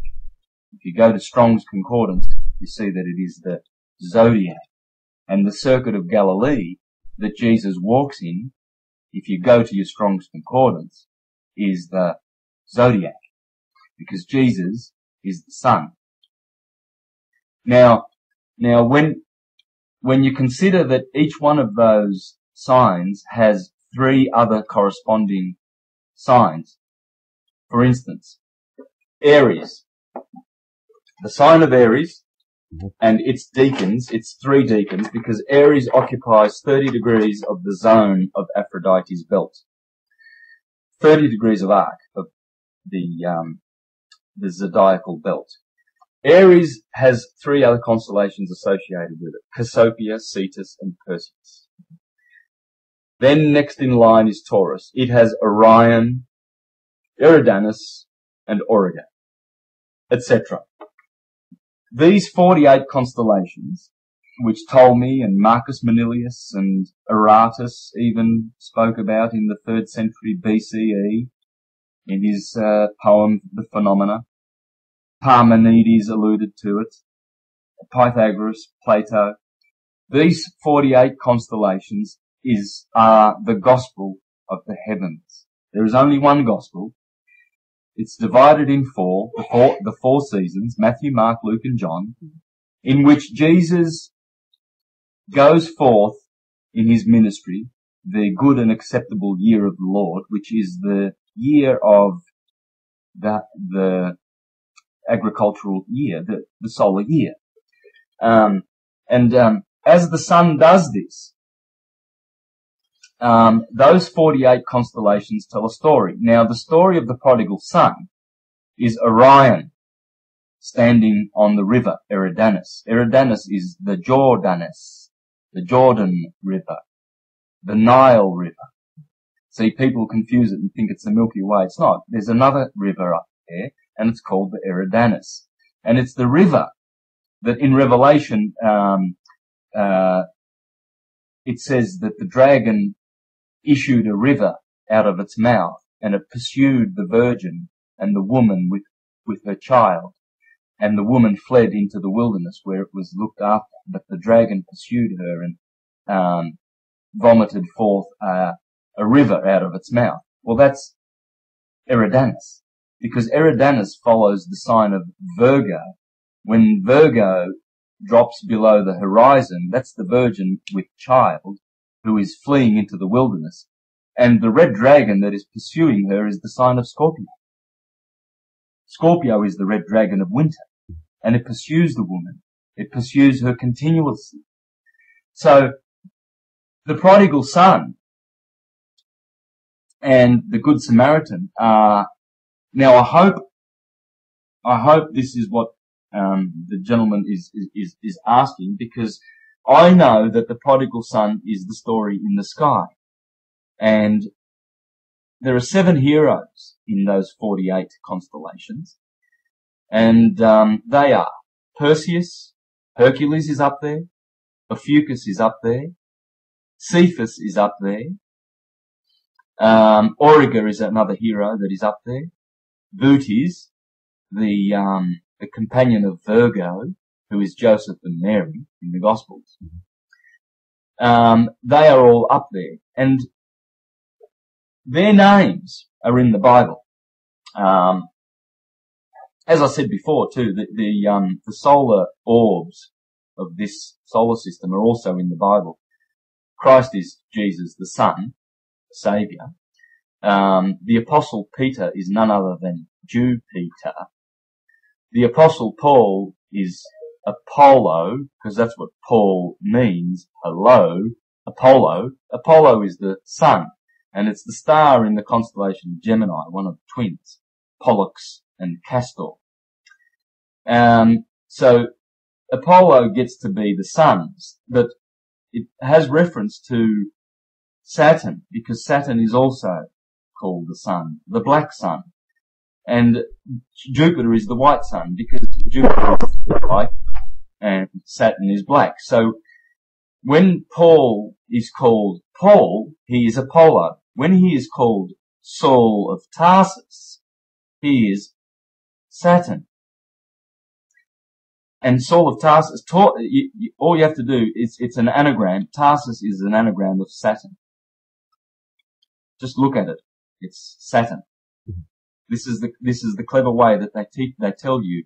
Saul of Tarsus. Saul is Saturn. But when he's called the Apostle Paul, he has a name change. He is Apollo. And this happens in the Bible. Abram becomes Abraham. Isaac becomes Israel. It's the sun below the equator has one name, and the sun above the equator has another name. Hence, Abram becomes Abraham when he's above the equator. And the prodigal son is the story of Orion, the coming one, the one that is coming to save us. Because all these heroes, including the name Jesus, Jesus means the coming one. And the coming one is up there in the sky. And Aquarius is also one of these ones that is coming. When the age of Aquarius comes, the sign of Aquarius is fixed air. Therefore, air is another word for spirit. We will be baptized with spirit. We have been baptized in water in Pisces for 2,000 years. That's why Christians baptize themselves with water. To cleanse the earth. It's symbolism of Pisces. Pisces is the symbol of fish in the Veshika Pisces. So that's what it means, this coming one. And the prodigal son, the story of the prodigal son, he goes down to another kingdom. He leaves his father, who is the king of this kingdom, and he squanders his riches. He says, look, I want to go out and see what the world looks like. I want to go and sleep with prostitutes and drink wine and be intoxicated. It's simply the story of us. We are the prodigal son. We are here in our transmigrational journey of the soul in the valley of deep shadow that Psalms 23 speaks about. We are in the nursery rhymes, we are Sleeping Beauty who ate the poisoned apple. We are Narcissus who have fallen in love with our physical images and tasted of physicality. And when the prodigal son returns to his senses and says, what am I doing here living with swine and eating the food of pigs, and I'm going to go back to my father. I'm going to go and reclaim my status. I've woken up. I want to return and reclaim my dominion. And this story is in the sky. It's in the 48 constellations that is the Mazzaroth, that is the Bible, that is the Hindu writings, that is the story of Osiris and his 12 followers, and Horus and Mithras with his 12 disciples. And Christians are in denial of this because they've been educated, i.e. brainwashed, mind controlled to think that their saviour was a man, that lived 2,000 years ago. It's a myth. It's pure myth. Mm-hmm. And look, I hope I've answered this question correctly, but if not, you can suggest that he restructure the question and perhaps indicate to me whether he needs me to have another go. I think no. I think he basically he sent me a wee message there about 2 or 3 minutes ago saying, yeah, I'm following the guy. Yeah. So yeah, I think what you said there was suffice. We do have one more question for you guys. If you have got any more questions, because I mean we're okay. Are you okay for time there, Santos? Aye. Oh yes. Okay. Oh yes. That was a definite. Oh yes. Okay. Well, let me try and find the next question. Yes, because enough cannot be said. I'm scratching the surface. If you want me to, I can go very, very, very, very deep. But simple is best, I think, because this was probably mind-boggling for some people, and I've probably offended some people. And that's not my intention, because the truth must be known, and you can only have it by direct knowing, and that is by de-brainwashing, and relearning what is true and uncovering what is not. No, I don't think you'll offend any of the listeners that's tuned in tonight. I can almost guarantee that. Question here for you, Santos. Guys, what does Santos think of the work of David Wynne Miller? That is quantum language, parse, syntax, grammar. And that was from Kev from Scotland. I went to see David Wynne Miller a couple of years ago when he came to Australia. He's been out here 6 or 7 times, and I still get invitations to go and see him, but I saw him once, one and only. And I took my son with me, who was 17 at the time. And because I was learning, I've been through the path of Jordan Maxwell, and I really appreciate a lot of what he's done. Tim Turner in America, Robert Menard, Mary Croft, Victoria Joy, and now Franco Collins, and I'm very happy with what he teaches, but I would never go back to David Wynne Miller. His system is complex; it's not simple. And I paid for a one-on-one with my son the next day after the presentation seminar of a whole weekend. And at that seminar, he encouraged my son to join the Jacques de Molay, the Freemasons, so that he could be educated and have Ferraris and cars and prestige and education. And my son said, "Dad, let's get the hell out of here." And so look, now I'm not saying that I don't agree with what he's doing. I think that man is a genius. But possibly, and I hope I'm not wrong, but possibly he is co-opting the whole thing, and I just think he's going to steer people down the wrong path. Now, I hope I'm not wrong, because who am I to say? But I just get that feeling. I get the gut feeling, and I just don't like it. So, I'm sorry. I hope the guy's not a fan of David Wynne Miller's, and Well, I've actually got David Wynne Miller on next week. I'm only kidding. I'm only joking. No, I'm only joking. Oh, okay. No, don't panic. No, as I say, the listeners to TNSradio.com are pretty, pretty broad-minded. Yes. And again, everyone has an opinion.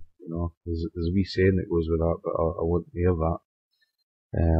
And your opinion will be taken on board by the listeners. By the way, the gentleman, as you put it, who asked the question previous about whatever the hell it was, I can't remember now. I'm not going back to find it. He says thank you. Son. Yeah, he says thank you for your answer. It was brilliant. Please tell him, please. I really do urge your listeners, now that I understand that you have an understanding of the same subject as I do. I was not going to venture into this conversation. I was going to stick with the sovereignty and that. But you opened up an opportunity to. I urge any of your listeners who understood what I was saying to please have a look at my videos. They are amateur in their filming and their production, but the information will absolutely bless you. It will really, really help you to understand how the Bible and all our folklore and mythologies and nursery rhymes are to be understood. That's my forte. That's what I do well, and I'm glad that you've appreciated my video about sovereignty, but these other subjects, these other videos, you can find them on Mr. Astrotheology, my YouTube page. So I urge people, because if you pass me your link over for your YouTube page, Santos, yes, I can put it into the chat boxes for you. Thank you. No problem. Any more questions, guys? Get them lined up. We've got a few minutes left before we need to break stream. Santos has been an absolutely fantastic guest, and I would like to thank him now before we go any further. That's me got the link now, so I'm going to post that into the various boxes. Yes, and I may as well then give you the link to the website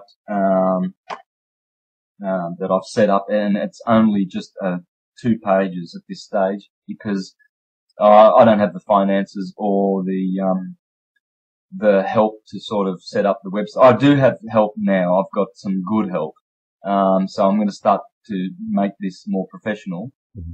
So that my websites will be more informative, because there is a big story to unfold with astrology and astrotheology, and I believe that this is the science of as above, so below. Man, know thyself, and you will know all the gods, and you will know that you are the macrocosm. The microcosm of the macrocosm. You see, the very same people who built the pyramids taught us that Atum, or as the Jews say, Adam, in the sky, the bright shining orb, Amun, and that very same atom is what scientists call atoms. And we have trillions of them in our body. We are a universe unto ourselves. We are a microcosmic universe. Our atoms are a dancing universe, and it's a glorious dancing universe, and it corresponds perfectly with the universe above. When you look at the stars and you look at the sign of Aries, you must know that that is the head, the top of the head of the human being. Taurus is the bottom of the head, the mouth and the neck. Gemini are the 2 twins, the lungs and the arms and the hands. Cancer is the chest. Leo is the heart, the lion heart. Pardon the pun. Virgo is the belly. Libra, next in line, is the kidneys, the seat of justice, hence the symbol of justice. Justice is felt in the kidneys. Scorpio is the generative organs, the testes, the ovaries in the woman. Sagittarius is the upper thighs. Capricorn is the knees.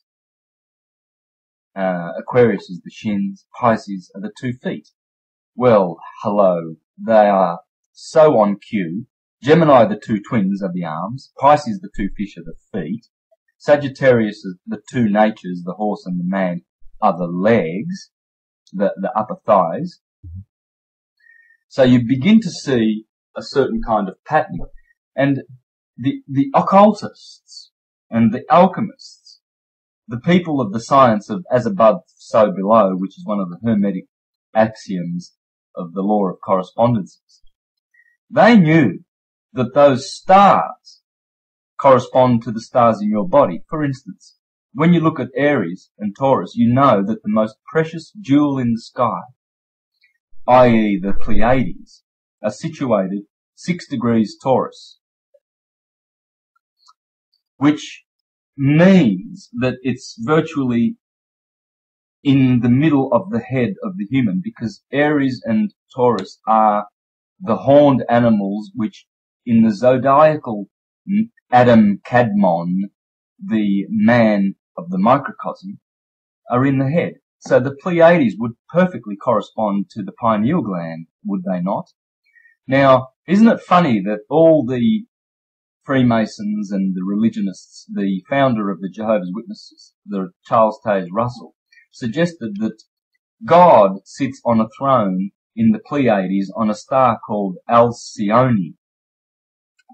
And occultists like Aleister Crowley and these people, they knew that Alcyone was an important part of our star system. We are in a binary with Sirius, and we go around that orb, that beautiful star, Isis. every 24,000 years. And we go from a golden age to a silver age to a bronze age to an iron age, which we have just come out of. But in that binary, and by the way, if people think, hey, wait a minute, where's this binary come from? The Binary Research Institute in California, headed by Walter Cruttenden, he's written a book called The Lost Star of Myth and Time. And in there, in my opinion, I've read the book twice and studied it thoroughly. In my opinion, he has proved that we are in a binary. And he gives 8 or 9 very, very good reasons to show that we are in a binary with Sirius. But we are also in a star system, just pretty much like atoms form molecules. Our star is part of a molecule. And Manly P. Hall taught, he was an avid reader of Proclus and Iamblichus and all those Neoplatonist philosophers of the early centuries. Porphyry, the Roman Church burned all of Porphyry's books. He was against literalist Christianity, like Celsus, the century before him. He condemned Christianity and taught the true doctrine of the Logos, which I'm teaching right now, explaining right now. These people taught that those stars correspond with the stars in our body. Leo, the Lionheart, has a star in it called Regulus, and Regulus is the seat of Leo. It's the Messiah. It's the coming one. In fact, the Arabs call it the Messiah, Regulus. It's the most prominent star in the sign of Leo. And it corresponds to the atom that sits in your heart chakra, in the center of your heart chakra, which has been explained by Alvin Boyd Kuhn, the American occultist who wrote and exposed this Christ myth and the Christ within, where he states in his book that scientists know that we have an atom that is a centripetal atom, has a centripetal influence over all the other atoms in our body, and it's in the heart. And it corresponds with Leo. Now, when we enter the age of Aquarius, the 30th degree of Aquarius shall sit on the equinox for another 2,000 years. On the opposite side and the opposite equinox of the 23rd of September in Libra is Leo, the lion, and the star Regulus. As Regulus pops up into position, he is the returning one, the Messiah, the Christ that shall come. And with that, we are blessed with an awakening, if we are ready, of course, because many people are sleeping. As in the days of Noah, men will be buying and selling and eating and drinking until the flood came and swept them all away. What it's saying is that they're going to miss out on this wave of spiritual evolution that is sweeping through as the sun brings us into the age of Leo, not Aquarius. It's also the age of Aquarius, but the opposite sign is also sharing rulership.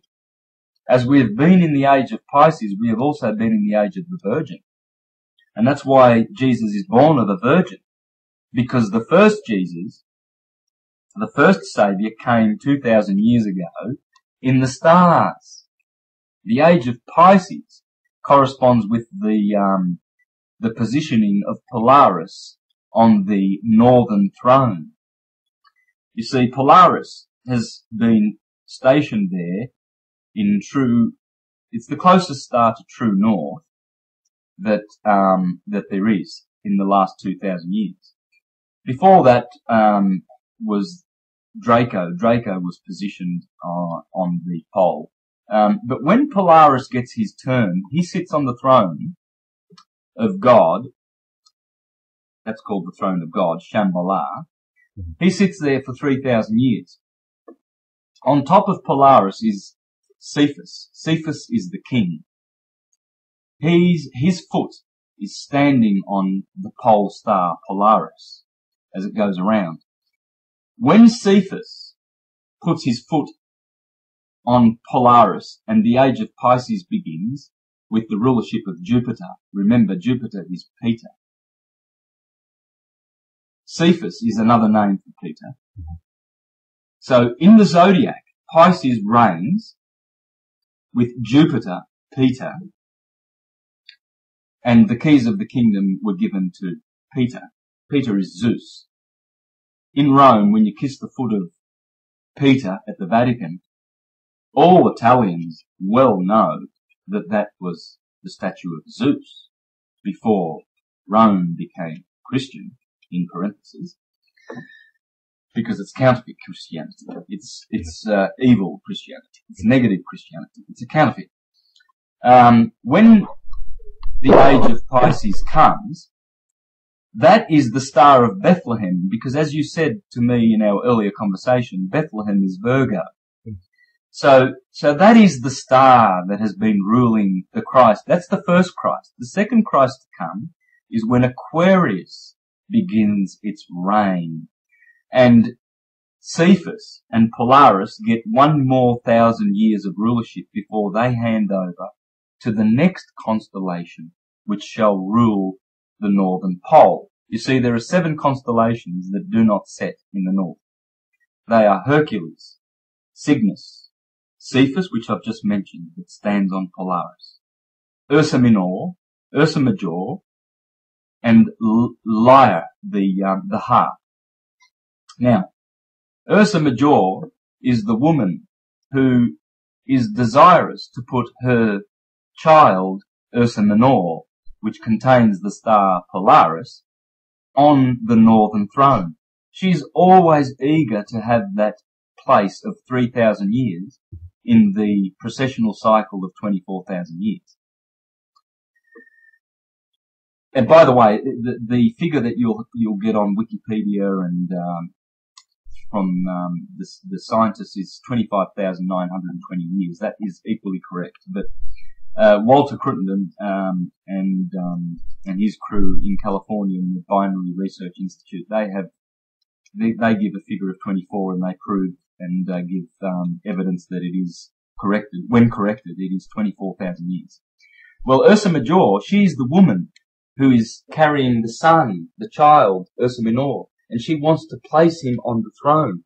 That is the enthroned Christ that has been reigning for the last 2,000 years, the first one, and now we are awaiting the second coming. See, Christians don't understand any of this. They go to church and they get told what the priests, who are mostly, well, okay, I'll pull myself back a bit, who are inclined to be have pedophile intentions, let us say, and very abusive intentions, because they are being exposed. Christianity now, the pedophilia is it's out of control. Because why? Because they are abusive, because they are teaching an abusive version of Christianity, not the true version that will awaken the individual. And they're hiding this fact, and this perversion is causing a lot of sickness amongst Christians. It's causing them to be schizophrenic, because down deep in their heart of hearts, they know that there can only be one Christ, and that is themselves. Until they awaken in that, they will be asleep, they will be sitting on their hands, and they will be standing down. They will stand down and they will do nothing, because they are being told off the pulpits in their churches, oh, don't you worry about the government, because God, Jehovah, is having a war with Satan, and this is a big issue, and you just let them sort it out, and one day God's going to get that devil, and we're going to have peace on this earth, but don't you go and be proactive and learn about the law, and don't you go and get involved and try to have any part in stopping this brutality and inquisition that is going on in our courts, in our governments, in our fascist capitalism, in our corporate rape of this earth, and the brutality of the way they rape this earth for its minerals and riches, when we have coexisting with us now free energy. Fossil fuel and carbon based fuels were obsolete 50 or 60 years ago. And it's time to stop this madness. It's time to say, all right, look, let's not participate in the murder of our beautiful community, this brotherhood of mankind that we are. Sure. We are a wonderful, wonderful creation. We're a magnificent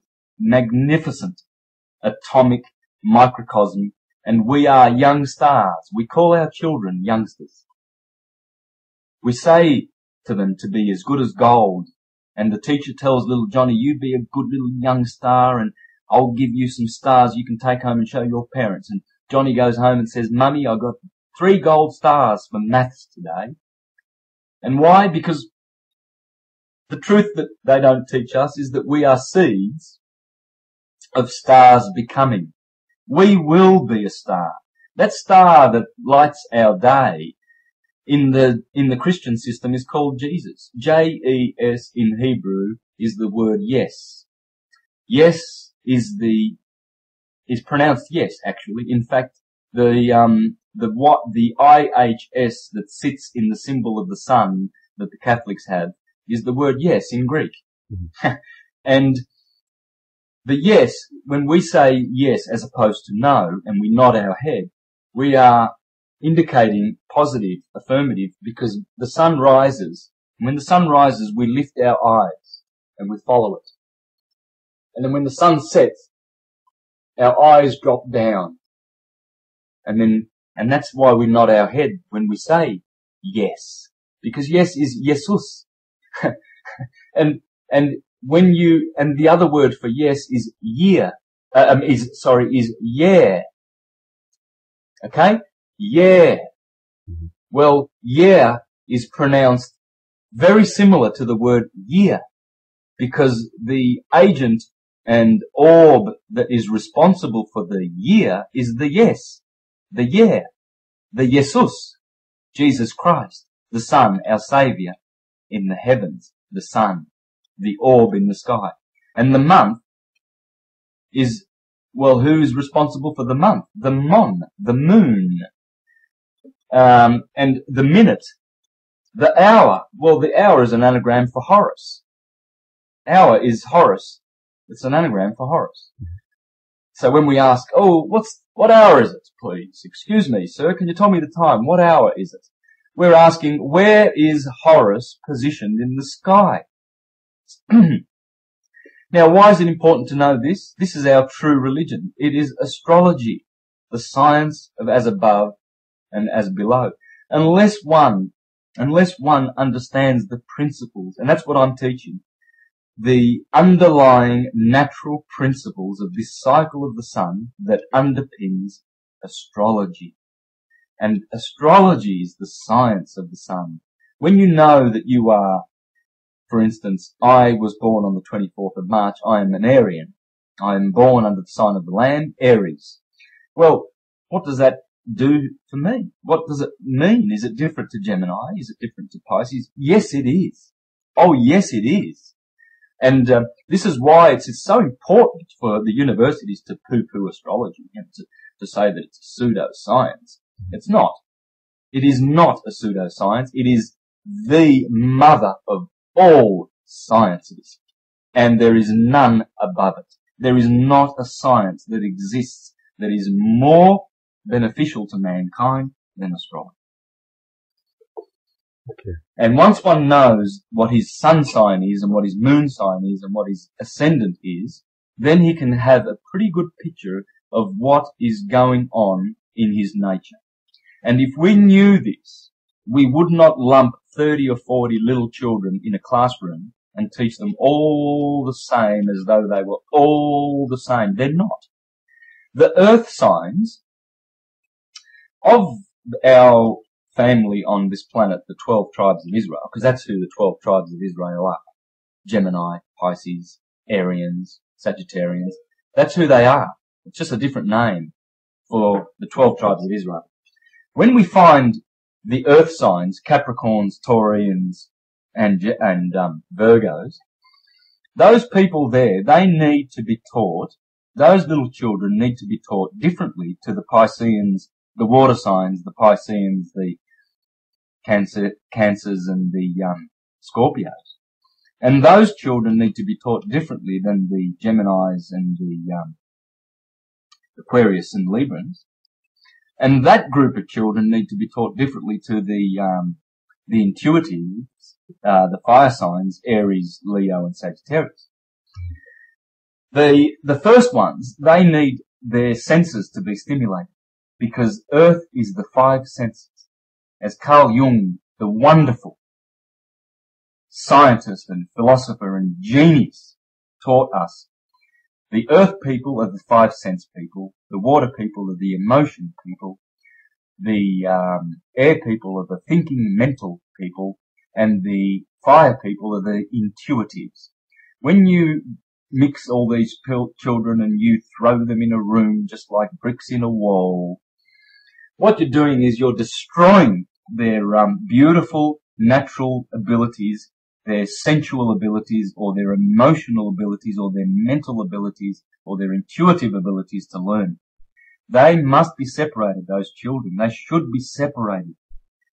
That's how Pythagoras taught the children. Mm-hmm. He understood their astrological nature. He understood the nature of their stars, i.e. the seven wanderers, the sun, the moon, Saturn, Jupiter, Venus, Mercury, and Mars. Each one of those give us 7 colours, the 7 colours of our chakras. They give us the 7 colours of the rainbow. They give us the 7 virtues. They give us the 7 vices. They give us the 7 tastes: salt, sugar, astringent, pungent, sweet, bitter. Mars is responsible for all the bitter plants that you eat. Jupiter, of course, is responsible for all the sweet fruit. Now, if you think I'm talking, read. People will need to understand this. They'll need to read people like Marcus Manilius of the 2,000 years ago, Al-Biruni, the Islamic astrologer, Abraham Ibn Ezra from the 10th century. I recommend Vettius Valens, I recommend Firmicus Maternus, and I recommend Todd mostly. But Marcus Manilius also teaches this, the law of correspondences. This knowledge is the knowledge that gives one direct knowledge. This is how you acquire direct knowledge and you escape the world of intellectual opinions and the sophistry that's going on out there in the universities to deceive us. The Roman kingdom is only there to provide its services of deception, just like the mafia when they come a-knocking. Down in Calabria, where my parents came from, when you get a knock on your business door, the mafia comes in, you can rest assured that they're going to provide you with a very, very efficient service. Oh yeah, you will. You will receive their services. This is what is happening. The universities run by the oligarchies, and they put on a great show. You know, their spectacles are terrorism. This Norway incident just recently, that was absolutely, it has all the telltale signs of the very, very, very fearful oligarchy that know that people are rising and being awakened by direct knowledge, and the internet is helping in this respect. And they know that people are rising up, and so they are trying to hold on to the ignorant masses and continue their existence and prolong their existence, but they've failed. They've failed because even the people who appear to be not awakening are understanding much more than they did 10 years ago, and they can see through the governments and their lies now. Yeah, I'm just getting asked as we second and typing this out now. In fact, I'll move on for that. I'll type it out while you'll be answering a question. Question for you. I think this one came from Bill, I believe. Gary, can you ask Santos about the connection between astrology and music? And also just to, just my own add-on onto that question is, can you answer us, can you tell us anything about the solfeggio frequencies? The which frequencies? Solfeggio. Okay, now. The love signal.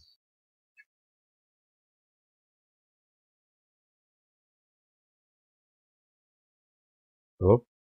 Oh, yes, okay. Now, I thought you would, you asked me to hold on a second.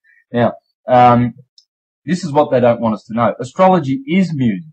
Music is astronomy. Astronomy is mathematics, etc., etc., etc. It's all one. It is all one. They separate it in their universities. They give us separation. They separate everything to divide and conquer. Everything is interrelated. Everything is interrelated. Astrology has 12 signs. And, music has 12 chromatic, sounds, 12 chromatic notes. Mm-hmm. Astrology gives us 12 dynamic attributes. The sun, the moon, Venus, Saturn, Mercury, Venus, Mars.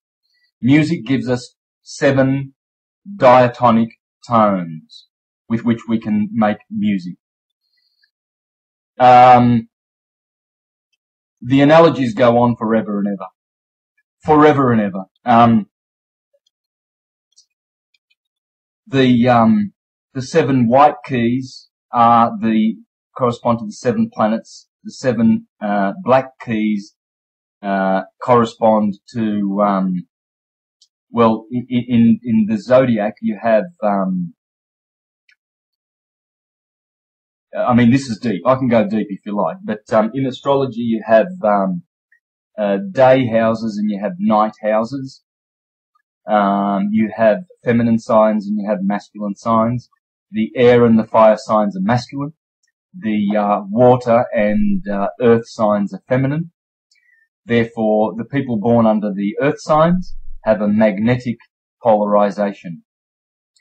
The masculine signs, air and fire, regardless of your gender, feminine or masculine, you will have a positive polarization in the brain, meaning that, now to understand this, I do recommend that people, if they're interested in the science of the stars and the science of the soul, I recommend Thomas H. Burgoyne and the book, The Light of Egypt, Volume 1 and Volume 2, The Science of the Soul and the Stars. Okay? Thomas H. Burgoyne. And he explains how, in one of his books, Celestial Mechanics, he talks about how the male signs have a positive polarization in their mind, in their brain. So they tend to not accept other people's information so quickly unless it appeals to them and unless it appeals to them. Whereas the magnetic types, the feminine signs, take on other people's opinions and other people's belief systems more easily. It's a receptive energy. So it teaches you a lot about what your nature is. And by the way, I'd like to mention too that both of those subjects are what I do. I'm a professional musician, so I've been earning my income for the last 11 years by being a street performer in the city of Melbourne. And I play in the heart of the city, in the Burke Street Mall. I've been doing that for 11 years. And my music is, well, we'll put it this way, it's instrumental music, it's guitar music, it's a fusion of flamenco, Latin and jazz, but I put I put spiritual, energy in my music. It's music is spiritual. Music comes from the muses. The muse, and the root of the word muse is magic, and image. And by the way, images are what the counterfeit Christian church known as Christianity or Christendom today preaches against, because image is the root of the word imagine. It's the root of the word magic. And it's our natural ability to imagine and to conceive and to know the truth directly. If our pineal glands are opened, and if our higher chakras are taken care of, and if we are allowed to be sovereign, and if we are allowed to think for ourselves, instead of being told what to think, and then we would all be the civilization. Thomas More, in his book Utopia, where he says that first of all you dumb the masses down, and then you punish them in the courts. I mean, it's all backwards. It's all backwards, and it all runs for deceit. Just like Michael Elner said, the world we live in doctors destroy health, lawyers destroy justice, psychiatrists destroy minds, scientists destroy truth, and they do. Major media destroys information, religions destroy spirituality, and governments destroy freedom. And yet, you know what? People still go and vote for republics, still go and vote for liberals. People are still saying, oh no, well I believe in Jesus and I'm going to church and everything like that. I know there's pedophiles there, and I know that they're abusive and that they're making a lot of money and that they're all incorporated. Every single Christian church out there, except possibly, I've heard of a Baptist denomination in the south of the States, United States, where they are not incorporated, and there's a preacher there. You can look him up on YouTube. He's talking about this very same thing I'm saying, that why are all those Christian churches, including the Jehovah's Witnesses, the Watchtower Bible and Tract Society, incorporated? The directors, who are the Russell family, the owners of that corporation, the Russellites, one of the 13 bloodlines of the Illuminati, and the Mormons are the same. Why are all these churches incorporated? Oh, they tell you that you have to be incorporated. You have to strike a deal with the government and register. Otherwise you can't operate as an organization. Yeah. Mind control. It's wonderful, isn't it? And people are still going to church. They still go to church to get spewed vomitous garbage on top of them, and they love it. They love the punishment and the abuse and the denial. Why do they deny that Jesus Christ of the Gospels is not a historical person? Is not a historical person? There's no evidence. We've got 4 writers out of all the writers that I can quote. My favourite being Plutarch, Philo Judaeus of Alexandria. Yeah. All these historians. There's Juvenal. There's Tacitus. There's Martial. There's Macrobius, there's Porphyry and Celsus, who absolutely pooh-poohed this Christian literalist movement, which was invented by the Flavians, Titus and Vespasian. I can go into that. Why are they in denial when there's only 4 writers? Tacitus, Suetonius, Pliny the Younger. No, sorry. Is it Pliny the Younger? Well, there's Josephus. Anyway, I'm sure, yes, it's Pliny the Younger. That they say, well, they mention Jesus, therefore Jesus was historical. No, they don't. Suetonius doesn't. Tacitus does not. In his, anyway, I won't go into it deeply. I can do that another time, but they do not. I think there's actually only 2 or 3 historians of the time that actually he mentioned Jesus as a man of that time.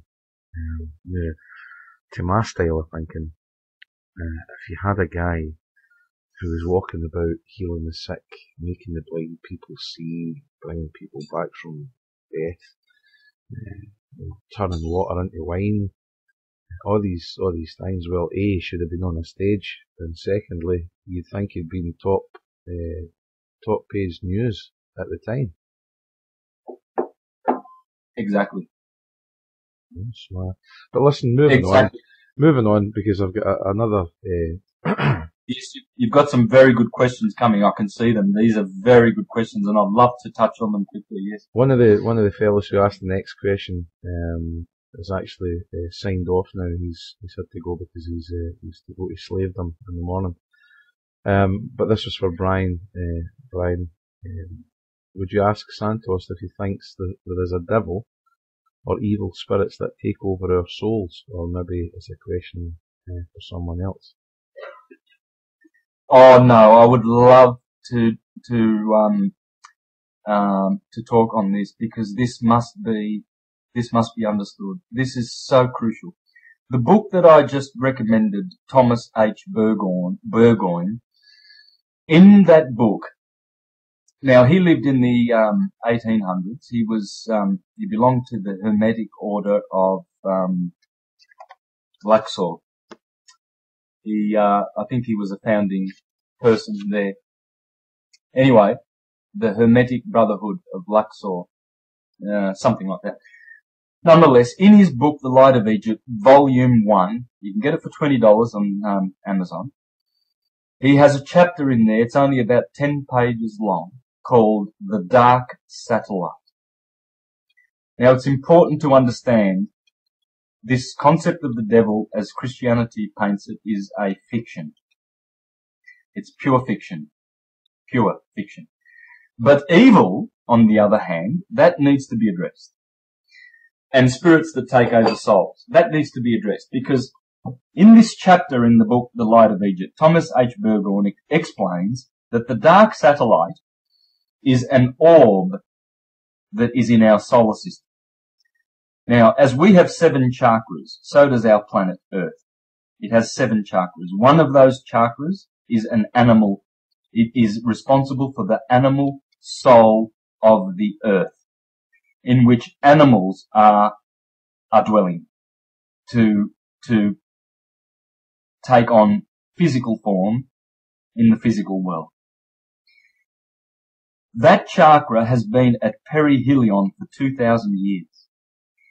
In 1881, it went off perihelion in the direction of apohelion, meaning that its influence is receding.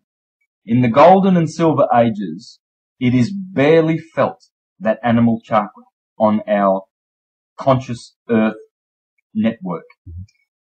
When the Bronze Age comes upon us, it is beginning to be felt.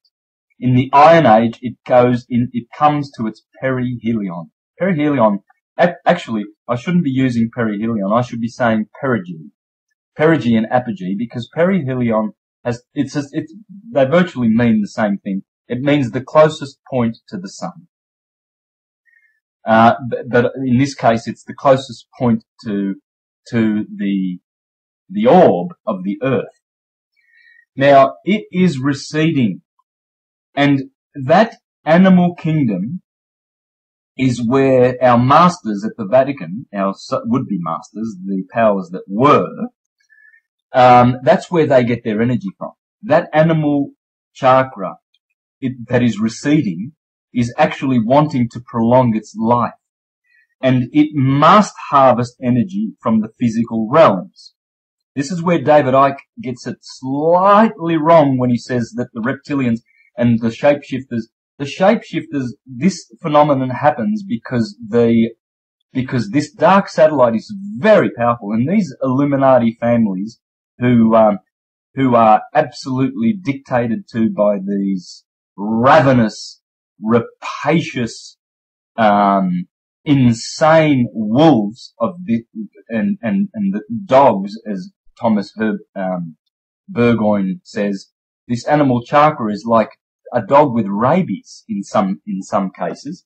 And what he says in this chapter is so important to understand, because he says there that some of the animals that live there in that chakra, some of the spirits are of a very, very cunning and very, very intelligent nature.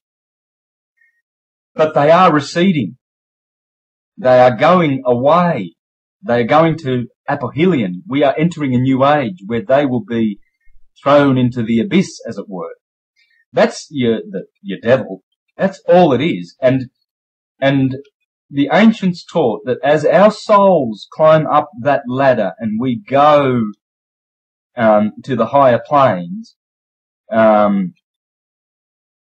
we leave our physical bodies and then we take up astral bodies as we go back to the essence of ether, our causal world, unconditioned consciousness where we come from. As we do that, we should gradually and in some instances we can hasten the process, but we should be able to go directly back to the cause. But some people do not cut the grade when they lose their bodies, i.e. when they die, or when they are born again in the spirit world after they die in this world. They do not cut the grade, and therefore they are bounced back to the animal chakra. These people are, according to Thomas Burgoyne, seeking to prolong their existence and get back on the chain of getting back out of this hell that we've found ourselves in. Because as Hermes explains in the Hermetica, souls have come here, some have come willingly, some have come begrudgingly to learn or to experience this, so that when they go back, they are more than when they began. They are more. They bring back more, like the prodigal son, appreciation and gifts. And so bouncing back from the sphere of the moon, there are 7 spheres, 7 heavens, and they correspond in the order of the cycles of the orbs in our solar system. The moon, taking 28 days to go around the sun, is the first heaven, then Mercury, then Venus, then the sun, then Mars, then Jupiter, then Saturn. So that's Jacob's ladder, and that's the ladder we're going to climb, and you climb that by getting out of the bottom chakras, piercing the heart chakra in the sign of Leo, piercing the throat chakra, and then going up into the crown, the pineal, the third eye. And in doing so, we go to heaven while we are here. Heaven is not a place that, we voyage, journey to. It's we go to heaven in the kingdom of God that is within. And you do it now. And this is what they're trying to stop you from doing. That's why in the gospel Jesus says, woe to you who are teaching these little children these deceptions and who are preventing them from entering the kingdom of heavens. You yourselves do not go in, and it's better for you to tie a millstone around your neck and cast yourselves into the sea. Because you are a stumbling block to yourselves, you are the blind leading the blind. And he also says, well, when I quote Jesus, please understand that I'm quoting the Logos, the wisdom. And Plato shares in the same wisdom, Hermes. I'm not quoting a man, I'm quoting the Logos. And the Logos says, the word says, many will say to me in that day, Lord, Lord, did we not expel demons and prophesy in your name and do many powerful works in your name? Not everybody saying, Lord, Lord, will enter into the kingdom of the heavens. I will say to them in those days, go away from me, you workers of lawlessness. I never knew you. So the ones who are going first will be last. And the ones who are going to church first and look down on the ones who do not go to church, which actually ties into the next question. Does Santos know about the 7 liberal arts, the trivium and the quadrivium? Well, yes. And those are the 7, again, remember the number 7, grammar, logic, and rhetoric, the trivium, arithmetic, geometry,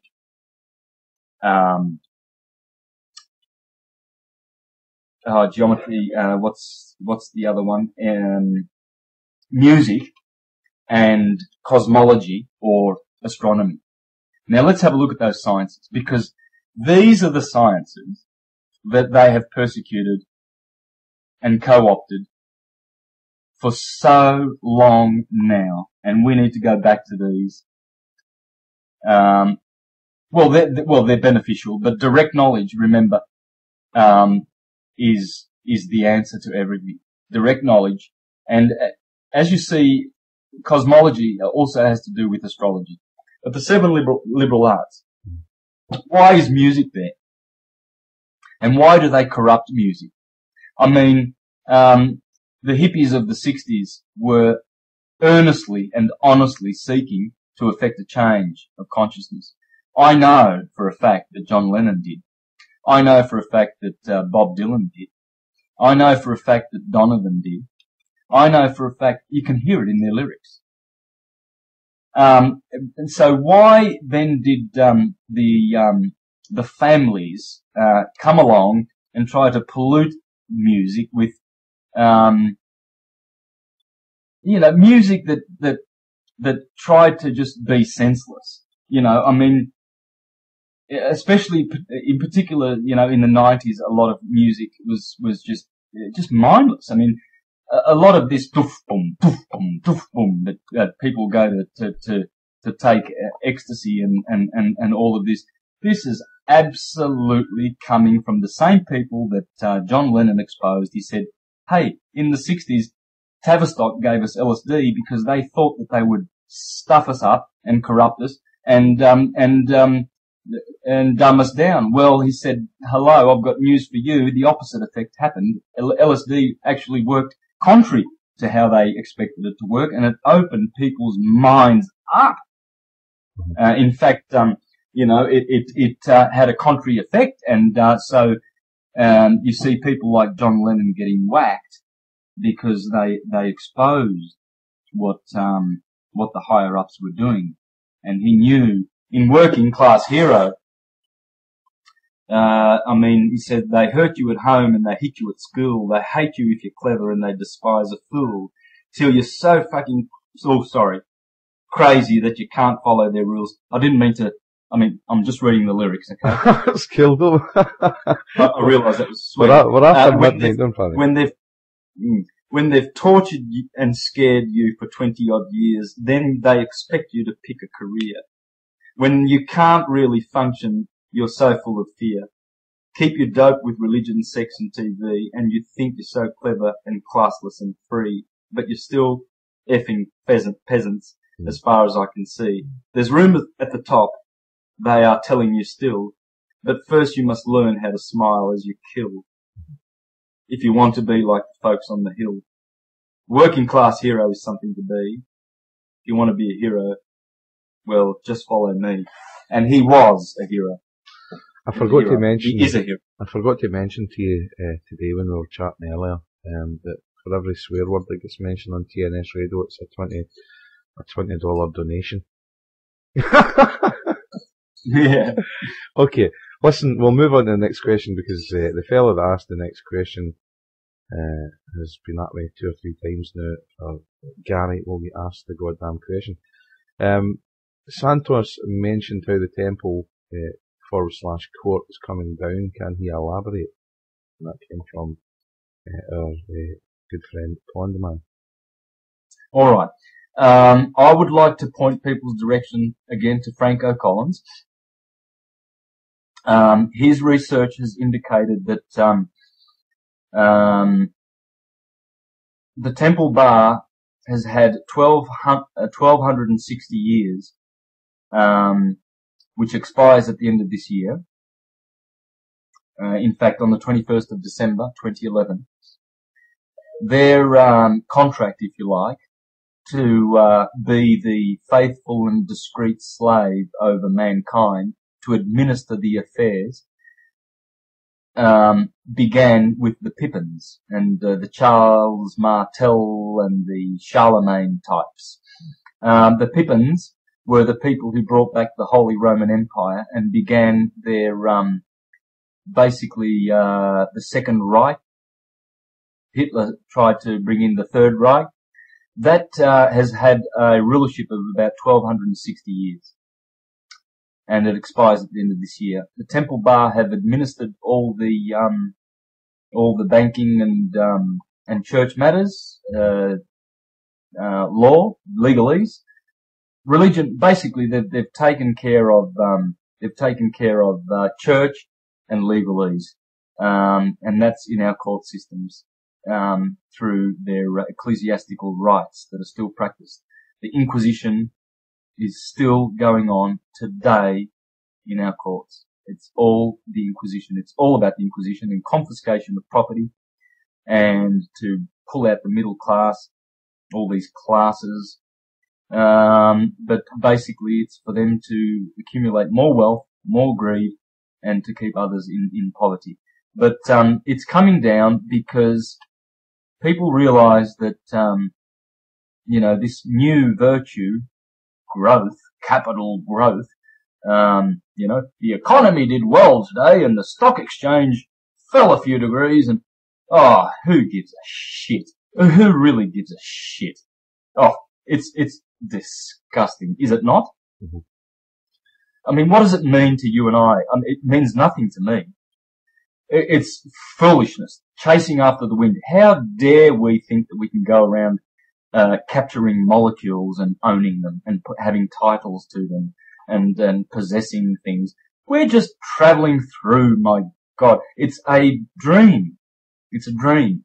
And if we stop this ownership of stuff and just reclaim ownership of our lives, reclaim to, when the Bible says, and the dead shall rise, it's not talking about the resurrection of the flesh. This is a churchgoer's ignoramus understanding of the bottommost level of the 7 levels of wisdom that are found in the Bible. According to the Jews, there are 4, but there are 7, according to Manly P. Hall. Now, they're actually bottom feeding, these churchgoers, because when the Bible says that the dead shall rise, it means that's us. That's you and I. I've arisen. I've come up from the dead. I was dead when I was going to church. I was dead. I was totally and utterly spiritually dead, living for material pleasures and pains only. I thought I was a worm and a sinner and I need to go out and knock on people's doors to bring them the Watchtower and the Awake magazine. And, look, now I know what it means to be virtuous and wise and spiritual and what books to read. The ones that they're telling you not to read. Of course the truth is there. Oh, that's the devil talking in them there books and he wants to mislead you and guide you away from the church. Oh yes, he does actually. He wants to save you. That's what's going on. Yeah. So everything's upside down. Absolutely. Okay. I've got a feeling this could be quite a lengthy answer. This was from a previous guy that asked the question.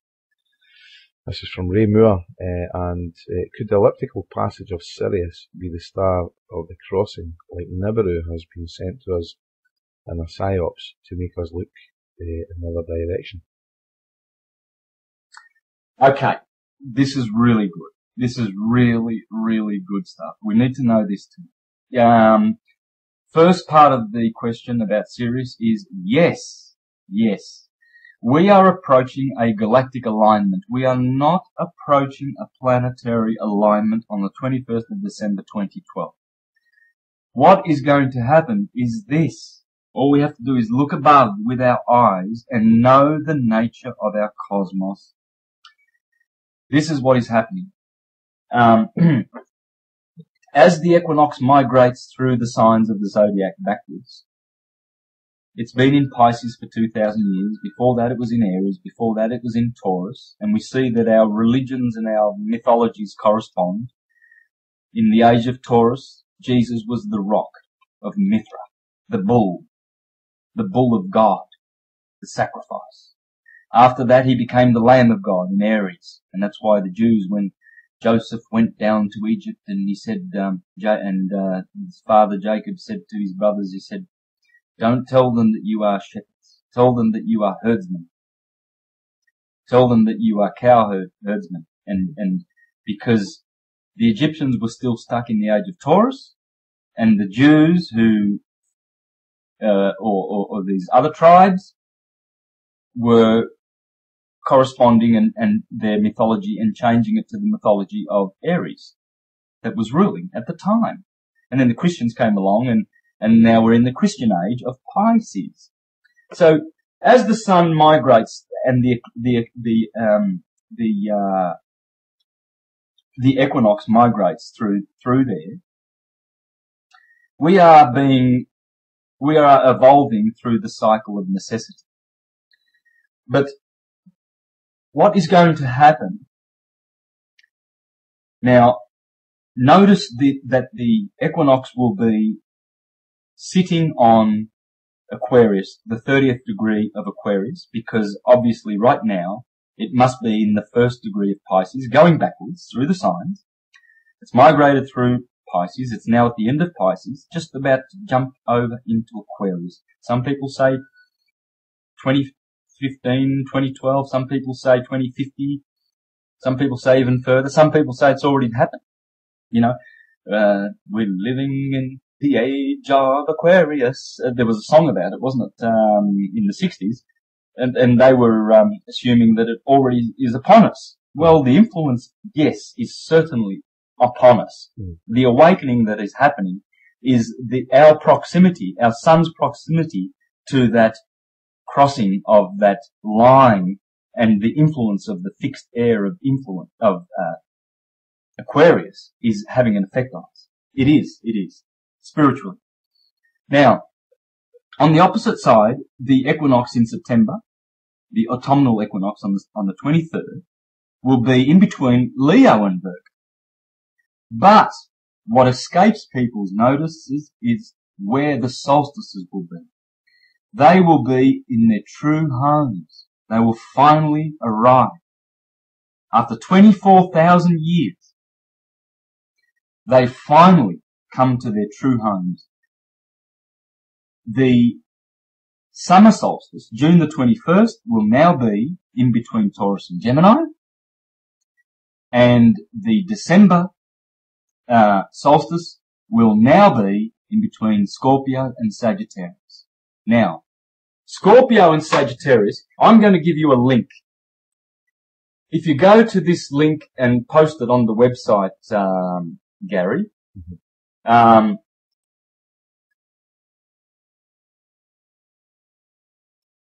this is it's one of those programs on the internet where you can look at the stars. You know, you can hone in on some of the stars and you can see the galaxy like Google Sky. Okay. But it's called media.skysurvey.org/interactive. And I'll give you the link. You can post it and people can see what I'm saying. When you click on the information button, remember this, when you click on the information button, when you first open this web page, you will see that they give you the center of the Milky Way galaxy. And lo and behold, the ecliptic crosses the center of the Milky Way galaxy on an angle of 60 degrees. The ecliptic is the path of the sun, in which it goes through the 12 signs of the zodiac. And what you see right in the middle of your screen is the constellation of Sagittarius and Scorpio, where our northern pole will be pointing directly. And the last star in the tail of Scorpio and the last star in the arrow of Sagittarius are both pointing to the center of the Milky Way galaxy. And if you look closely at the image that you see of the Milky Way galaxy, you will see a serpent biting its tail, the Ouroboros in the sky. Now, our northern pole, as I said, will be pointing right into the mouth of the serpent, in which the arrow of Sagittarius and the tail of Scorpio are pointing. And that is the cross in the sky. When our sun passes and aligns with that ecliptic and the galactic plane, when it passes through that, it will line up with what's called the divine cross. That's the divine cross in the sky. The mundane cross down below, that is what I've just described to you, the solstices and the equinoxes. So what happens is every 24,000 years, our solstice on the 21st of December lines up with the equinox in the heavens. And we get an 8-spoke wheel. That is the 8-spoke wheel that Nostradamus spoke about. And he said, when that wheel lines up, that is the end of the Roman calendar, the Roman system, the world as we know it. Goodbye time, according to the Mayans. Mm-hmm. We will journey for 3 days in pitch blackness. There will be 3 days of no light. But when we see the sun, after 3 days, it will emerge as what the Mayans call the 5th sun and the Hopis call the 6th sun. Mm-hmm. And it will be the new Christ, because Christ is the sun. Every star that you see in the heavens is a Christ. It is a amun. It is a atum, an atom, because they behave electrically the same way as our microcosmic bodies do on the earth. Now, what you will notice also on the middle of the screen to the left is Ophiuchus. Ophiuchus means the serpent bearer. He is standing on the head of Scorpio. On the star, the red star in the sky, there are only 4 red stars in the heavens. One is Antares in the head or in the body of Scorpio. Ophiuchus, the 13th sign of the zodiac, the serpent holder, is standing with his heel on the head of the dragon, Scorpio, the red dragon, who follows the woman. As you see, Virgo is right next door, next to Libra. Libra divides Scorpio from the Virgin. Libra stops the Virgin, the great dragon, from devouring the Virgin in the sky. But Ophiuchus is standing on Antares, and he is of the fame of Genesis 3:15, where it says, he shall bruise you in the heel, you will bruise him in the head. Because Scorpio is the sign that says, hello, we have arrived at the end of the finishing line. And I ask a question, why are the governments of the world not preparing one of the greatest festivals and celebrations of all time? We are going through the equinoctial crossing of 24,000 years, the end of the cycle of necessity. And now what is happening is the sun is harvesting the souls that are ready to ascend, and the souls that don't shall continue in their lust and incarnation and in the hell that they've found themselves in until they get it right. And they will get it right. They will get it right, because that's the loving force and nature of the universe, to bring everything back to balance, to love, to throw in the chaos, but for the purpose of divine ultimate love. And that's what God is. Love. Now, I'm not talking about the Lord, I'm talking about God. God is an acronym, G-O-D, Generation, Operation, Dissolution. Everything is born, grows and decays, grows old and dies. Everything is generated, everything operates, everything dissolves. And that's what God is. It's a free, 3-phase reality that we live in. It's the Trinity of the Father, the Son, and the Holy Spirit. And it's about time that we just look. It's about time that we understood these things. We're not stupid, and we are spiritually inclined to understand these things. As long as we haven't drunk too much fluoride and done all those things. Okay. Just another couple of quick questions for you. This is from Andy from the Scots site, Santos. Ask Santos if he thinks there will still be a world with humans on it after 2012. Yeah, that's a good question, isn't it? And because of Elenin and, well, actually, we can tie in the second question, as well, because, I'm sorry, I don't know how to pronounce the latter part of the name, but it's, Cernadain. I think that's how it should be pronounced, is, can you ask Santos his opinion on Comet Elenin? So if you can tie the two into, one, then that would probably be. Yes. Okay. And these are great questions. I'm so glad your listeners are throwing these questions. This is, look, it's just fantastic. Now, it appears that there will be. And it has happened time and time again. We go through waves of consciousness. Obviously, there's been waves that have been far superior to anything that we can grasp today. The Egyptians were much more conscious than we are. And the pyramids, it appears that they were built around about 12,000 years ago, which is exactly where the Sun and Sirius were, 12,000 years ago. Now, just a slight diversion. I need to read something. Now,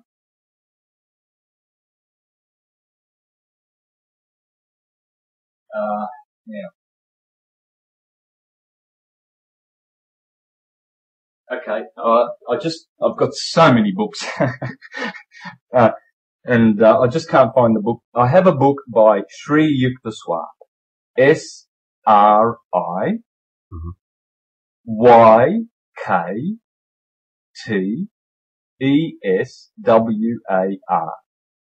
Now, I think that's how you spell it, because I can't find the book and I don't want to waste time. Now, in that book, he calls it the holy science. And by the way, I call my astrotheology DVDs the holy science, because the holy is the sun, and unless you know the science of your solar system in which you live, you know nothing. You must orient yourself, when you find yourself on a planet somewhere, you must orient yourself with the stars to know where the hell you are and how the hell you got there and how the hell your solar system works. How many planets are on there? How long do they take to go around? How does that affect you? Right. Now, with 2012, it appears that the harvest that is happening now will take people to what people call the fifth dimension. And what's happened in the past, when other soul groups have evolved and left this planet, they've become our heroes. You know, we call those ones heroes. The Indians say that they are the rishis of old, and the rishis of old that gave us the holy science and taught us all these wonderful things about our solar system being in a cycle of 24,000 years called the precession of the equinoxes. This is the holy science. And it's the knowledge of this that makes us who we are. Because if you don't have that knowledge, your consciousness is stuck on earth consciousness. You only know things of the earth. You only know very limited things about the orbs around you. But then when you include the sun in your consciousness, then you grow into the solar consciousness. Then when you include the cycle of necessity of 24,000 years, then you start understanding why we have 24 hours on our clocks. And you start understanding everything around you and the reality that you live in. And you start seeing how the macrocosm does affect the microcosm. Oh yeah, it does. If we live in a cycle that's 24,000 years and we have 24 hours on our clock for a day, I think the ancients divided the day into those 24 hours, which are the 24 elders of Revelation, I think they did that because we live in a 24,000 year cycle and they were teaching us the principles of microcosm, macrocosm, as above, so below. And this is the science that they're poo-pooing and saying, oh, those astrology people, oh, they're from the devil. We have the truth. Well, I'm afraid that kind of thinking is going to get you into a lot of hot water and a lot of trouble. It is time now to think for yourself. That's what I'm saying. Now, after 2012, what's happened in the past is that the soul groups that have left the planet and gone onto the moon sphere, Mercury sphere, then Venus, and then off and then out of here, back to Uranus, back to the heavens, the primum mobile. The ones, it appears that certain ones remain behind and they appear to have lost their knowledge somehow. They lose their knowledge, or they are the ones that are not knowledgeable, because you look around you, okay? You look at people that are only, mildly educated, they've only done secondary education, and you know that they don't know much. You know that they don't know much, really. They haven't been taught much. They really have not been taught much. They're pretty dumb. It's really, really sad. They think they know, they know how to, run an iPhone and an iPad and everything like that. But that's not what direct knowledge is all about. That's not what the holy science is all about. So it's those people that appear to remain on the third dimension, on this plane of living, in the world of fear. But the people who have chosen love will, obviously, hopefully, it's you and I, hopefully we will be going to a better place. Mm. Absolutely. I can't agree with you more. We can create the better place right here, right now. Right now. Just by, because there is only now, we can create the better place right here, right now.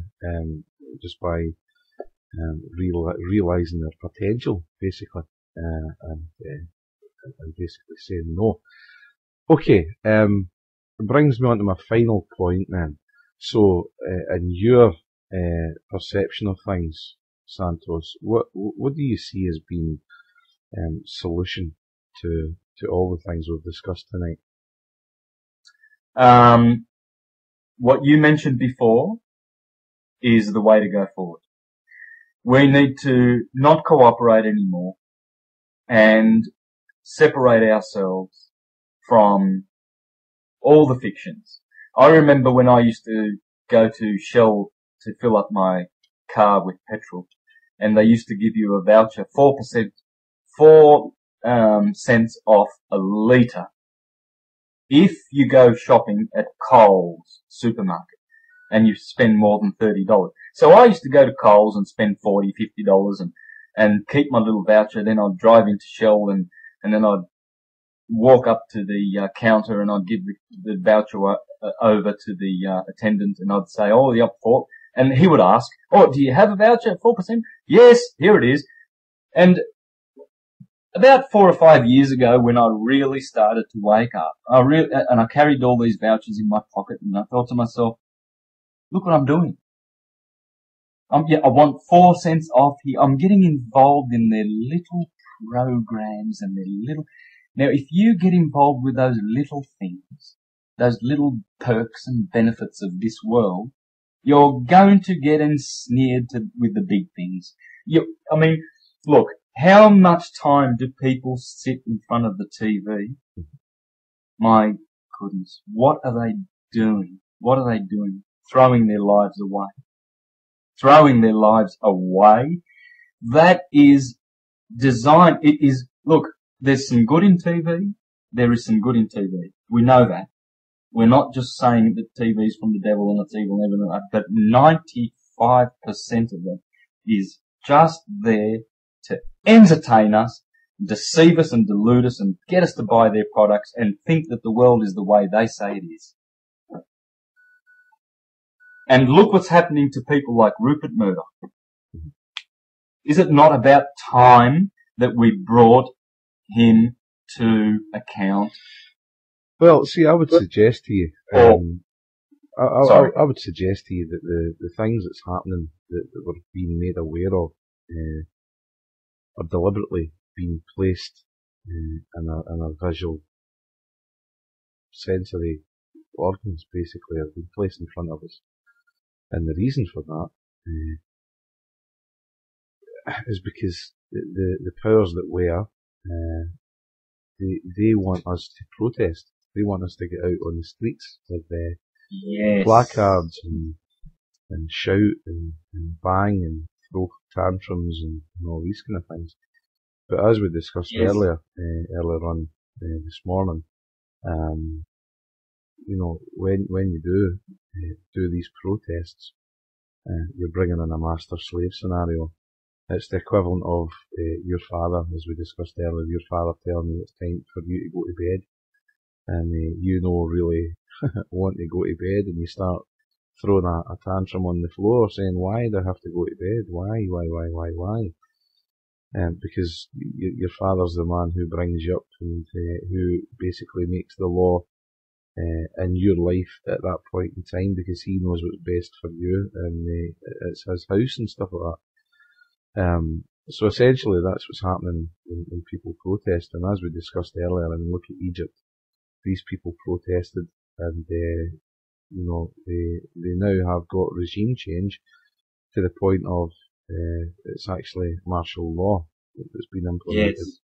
And this is what they want, you know, because the policy enforcers that's out there,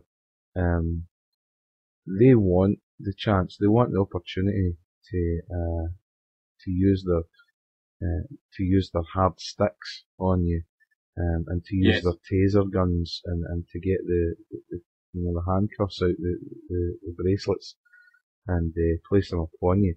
And what a lot of people aren't realising is that protests don't actually achieve anything.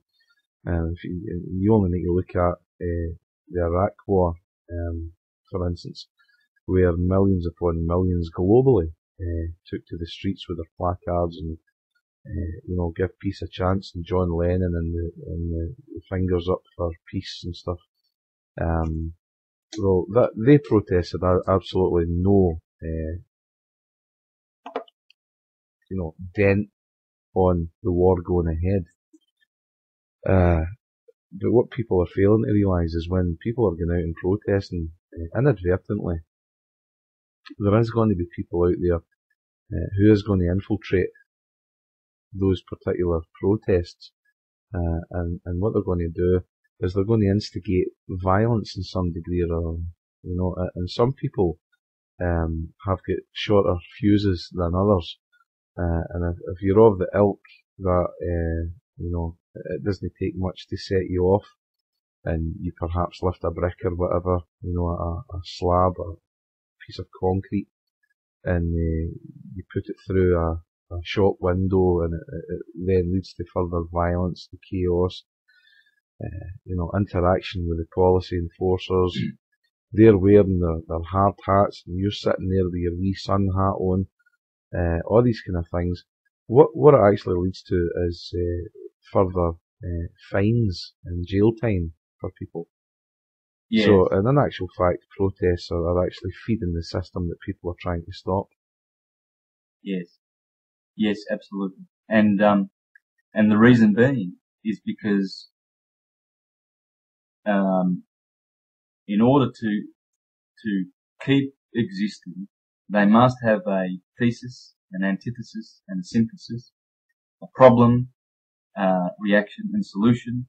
And the reason is because they are going to offer us more of their services. Like the mafia, they have this great little service. It's just so efficient, and they do a good job at it, but it's the same kind of shit. It's the same service. They want to offer us a service whereby we can be sodomized for a little bit longer. And the way to do that is to get out on the streets. Some of you that are really, really proactive, we're going to kill. And Syria, look at Syria and Jordan and Egypt, and how much bloodshed in Libya, in Egypt. There've been people killed. Hundreds, thousands now. So they get rid of some of those ones, good, and then they get rid of others in their jails. And the other angry ones that are not so bad, they keep them on their list, on their red list, because guess what? They're gonna give them some more of their services. There you go. Brilliant. Well, listen, thanks very much for coming on to TNS Radio, Santos. I know it's probably early there. It's getting very late here. I just need to tell you some of the comments on the chat box. Absolutely fantastic guest, Gary. That's for yourself, obviously. Thank you. Neon Machine, as it goes by on the chat box, actually helped set this interview up, so thank you very much, Neon. And he thought you were an awesome guest. Ray Moore, who put a few questions your way, thinks you're absolutely brilliant. On another website. Let's see, great show, Santos. Thank you very much. Brilliant show, both of yous. So it's the listeners have been well chuffed with what they've heard tonight. So will you come back onto TNS Radio at some point? Oh, look, yeah, for sure, my pleasure, anytime. And I was going to suggest, if it was recorded, you might want to just post it on as an audio file, because there's so much information that will just, a good percentage of it needs to perhaps be revisited in a couple of weeks' time or something like that. Yeah, absolutely. I'll get for your listeners, if you know what I mean. Yes. Yeah, I'll get round to podcasting this tomorrow, guys. Excellent. At some point in time tomorrow, it'll be up and running, and we'll get it sorted. So, Santos, thank you very much for coming on to tnsradio.com. It's been an absolute pleasure, mate.